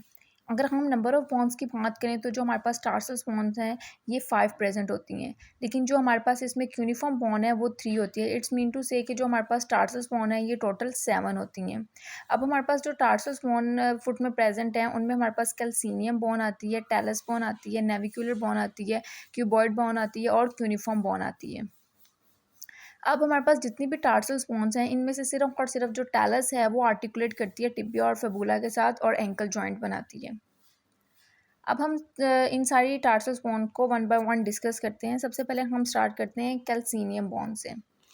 जो हमारे पास कैल्सिनियम बोन है ये टार्सल्स बोन में हमारे पास सबसे लार्जेस्ट बोन है और ये फुट की प्रोमिनेंस बनाती है जो हील प्रोमिनेंस होती है। अब जो हमारे पास कैल्सिनियम बोन है इसका जो अबव पार्ट होता है वो आर्टिकुलेट करता है टेलस के साथ और फ्रंट पार्ट इसका जो है वो आर्टिकुलेट करता है क्यूबॉइड बोन के साथ। हमारे पास जो कैल्सिनियम बोन है इसकी 6 सरफेसेस होती हैं जिसमें हमारे पास इंटीरियर सरफेस आती है, पोस्टीरियर सरफेस आती है, सुपीरियर सरफेस आती है, इंफीरियर सरफेस आती है। इसी तरह हमारे पास इसकी मीडियल और लेटरल सरफेसेस होती हैं। अब अगर कैल्सिनियम की इंटीरियर सरफेस की बात की जाए तो जो हमारे पास कैल्सिनियम है इसकी जो इंटीरियर सरफेस है वो एक तो स्मॉल होती है और दूसरा ये आर्टिकुलेट करती है क्यूबॉइड बॉन्ड के फेसिट के साथ। इंटीरियर सरफेस के बाद हमारे पास आती है पोस्टीरियर सरफेस। अब जो कैल्सिनियम बॉन्ड है इसकी जो पोस्टीरियर सरफेस है ये प्रोमिनेंस बनाती है हील की और यहाँ पे टेंडो कैल्सिनस मसल्स को अटैचमेंट प्रोवाइड करती है। पोस्टीरियर पार्ट के बाद हमारे पास आता है कैल्सिनियम का सुपीरियर पार्ट या उसकी सुपीरियर सरफेस। अब जो हमारे पास कैल्सिनियम बोन है, इसकी जो सुपीरियर सरफेस होती है वो डोमिनेट करती है टू आर्टिकुलर फेसिड से, और वो टू आर्टिकुलर फेसिड जो हैं वो आर्टिकुलेट करते हैं टेलस के साथ, और इन दोनों आर्टिकुलर फेसिड्स के दरमियान हमारे पास एक रफ एंड सा ग्रूव प्रेजेंट होता है जो इनको आप एक दूसरे से सेपरेट करता है। सुपीरियर सरफेस के बाद हमारे पास आती है इन्फीरियर सरफेस। अब हमारे पास जो इन्फीरियर सरफेस है ना, इसके हमारे पास जो मिड लाइन होती है वहाँ पे एक इंटीरियर ट्यूबरकल प्रेजेंट होता है। इसी तरह इसकी इन्फीरियर और पोस्टीरियर सरफेसेस पे मीडियली हमारे पास एक लार्ज ट्यूबरकल प्रेजेंट होता है और लेटरली हमारे पास एक स्मॉल ट्यूबरकल प्रेजेंट होता है। इन्फीरियर सरफेस के बाद अब अगर हम मीडियल सरफेस की बात करें तो जो हमारे पास कैल्सिनियम बोन है, इसकी जो मीडियल सरफेस है ये लार्ज होती है और ये शेल्फ लाइक होती है और ये टेलस को सपोर्ट प्रोवाइड करती है। मीडियल सरफेस के ऑपोजिट साइड पे जो सरफेस प्रेजेंट होती है उसको हम कहते हैं लेटरल सरफेस। ये जो हमारे पास कैल्सिनियम बोन की लेटरल सरफेस है ना, ये ऑलमोस्ट फ्लैट होती है और इसका जो इंटीरियर पार्ट होता है वहाँ पे एक स्मॉल सी एलिवेशन प्रेजेंट होती है जिसको हम कहते हैं पेरोनियल ट्यूबरकल। अब ये जो हमारे पास पेरोनियल ट्यूबरकल है ये क्या काम करता है, ये सेपरेट करता है पेरोनियस लोगस और ब्रेवियस मसल्स के टेंडन्स को। अब कैल्सिनियम के बाद टार्सल्स में जो हमारे पास सेकंड बोन आती है वो है टैलस।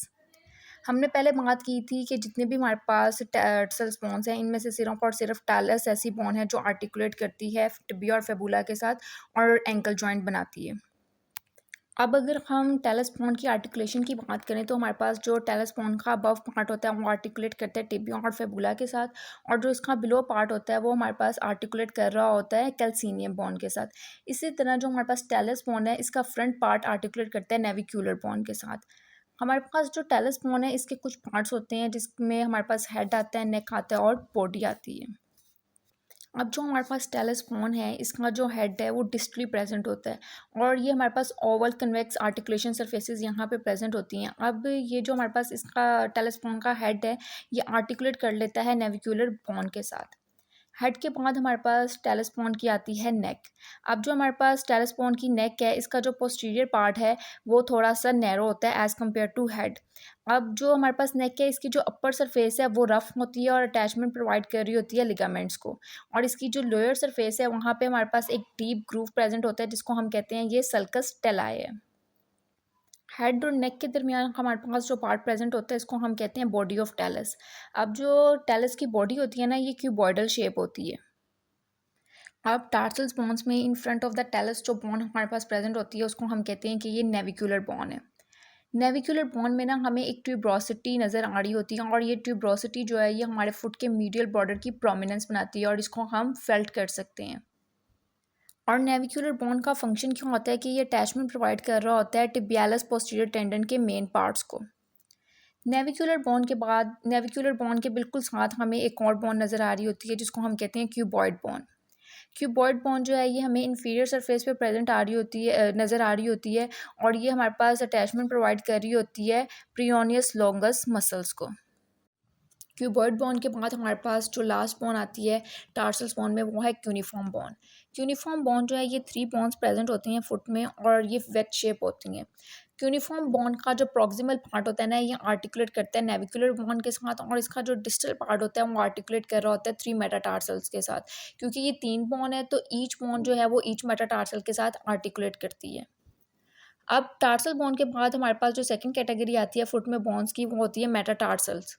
मेटाटार्सल्स और जो फिलेंजेस हैं फुट की उनकी रिजेंबलेंस बिल्कुल हमारे पास मेटाकार्पल और फिलेंजेस जैसी है जो हैंड में प्रेजेंट होती हैं।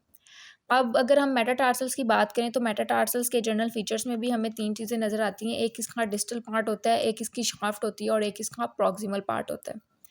अब अगर हम मीडियल टू लेटरल साइड पे देखें फुट में तो हमारे पास जो फर्स्ट मेटाटार्सल बोन होती है ये लार्ज होती है और स्ट्रॉन्ग होती है, और जो हमारे पास फिफ्थ मेटाटार्सल होती है उसकी जो बेस होती है वहाँ पे हमें एक प्रोमिनेंट ट्यूबरकल नज़र आ रहा होता है जिसको हम along the lateral border of foot easily palpate कर सकते हैं। मेटाटार्सल्स के बाद हमारे पास जो सबसे last type of bones present होती हैं वो होती हैं फिलेंजेस। अब फिलेंजेस जो है ना ईच टो में हमारे पास 3 फिलेंजेस होती हैं एक्सेप्ट बिग टो। जो हमारे पास बिग टो होता है इसमें से हमारे पास 2 फिलेंजेस प्रेजेंट होती हैं। फिलेंजेस की भी हमारे पास वही फीचर्स हैं, इसमें हमारे पास उसका हेड होता है, नेक होती है और उसके साथ साथ हमारे पास उसकी बेस होती है। तो ये था हमारा आज का लेक्चर, जिसमें हमने बोन्स ऑफ फुट का एक ओवरव्यू लिया और उसके जनरल फीचर्स की बात की है, और इसके साथ साथ हमारा लोअर लिम्ब का टॉपिक कंप्लीट हो गया।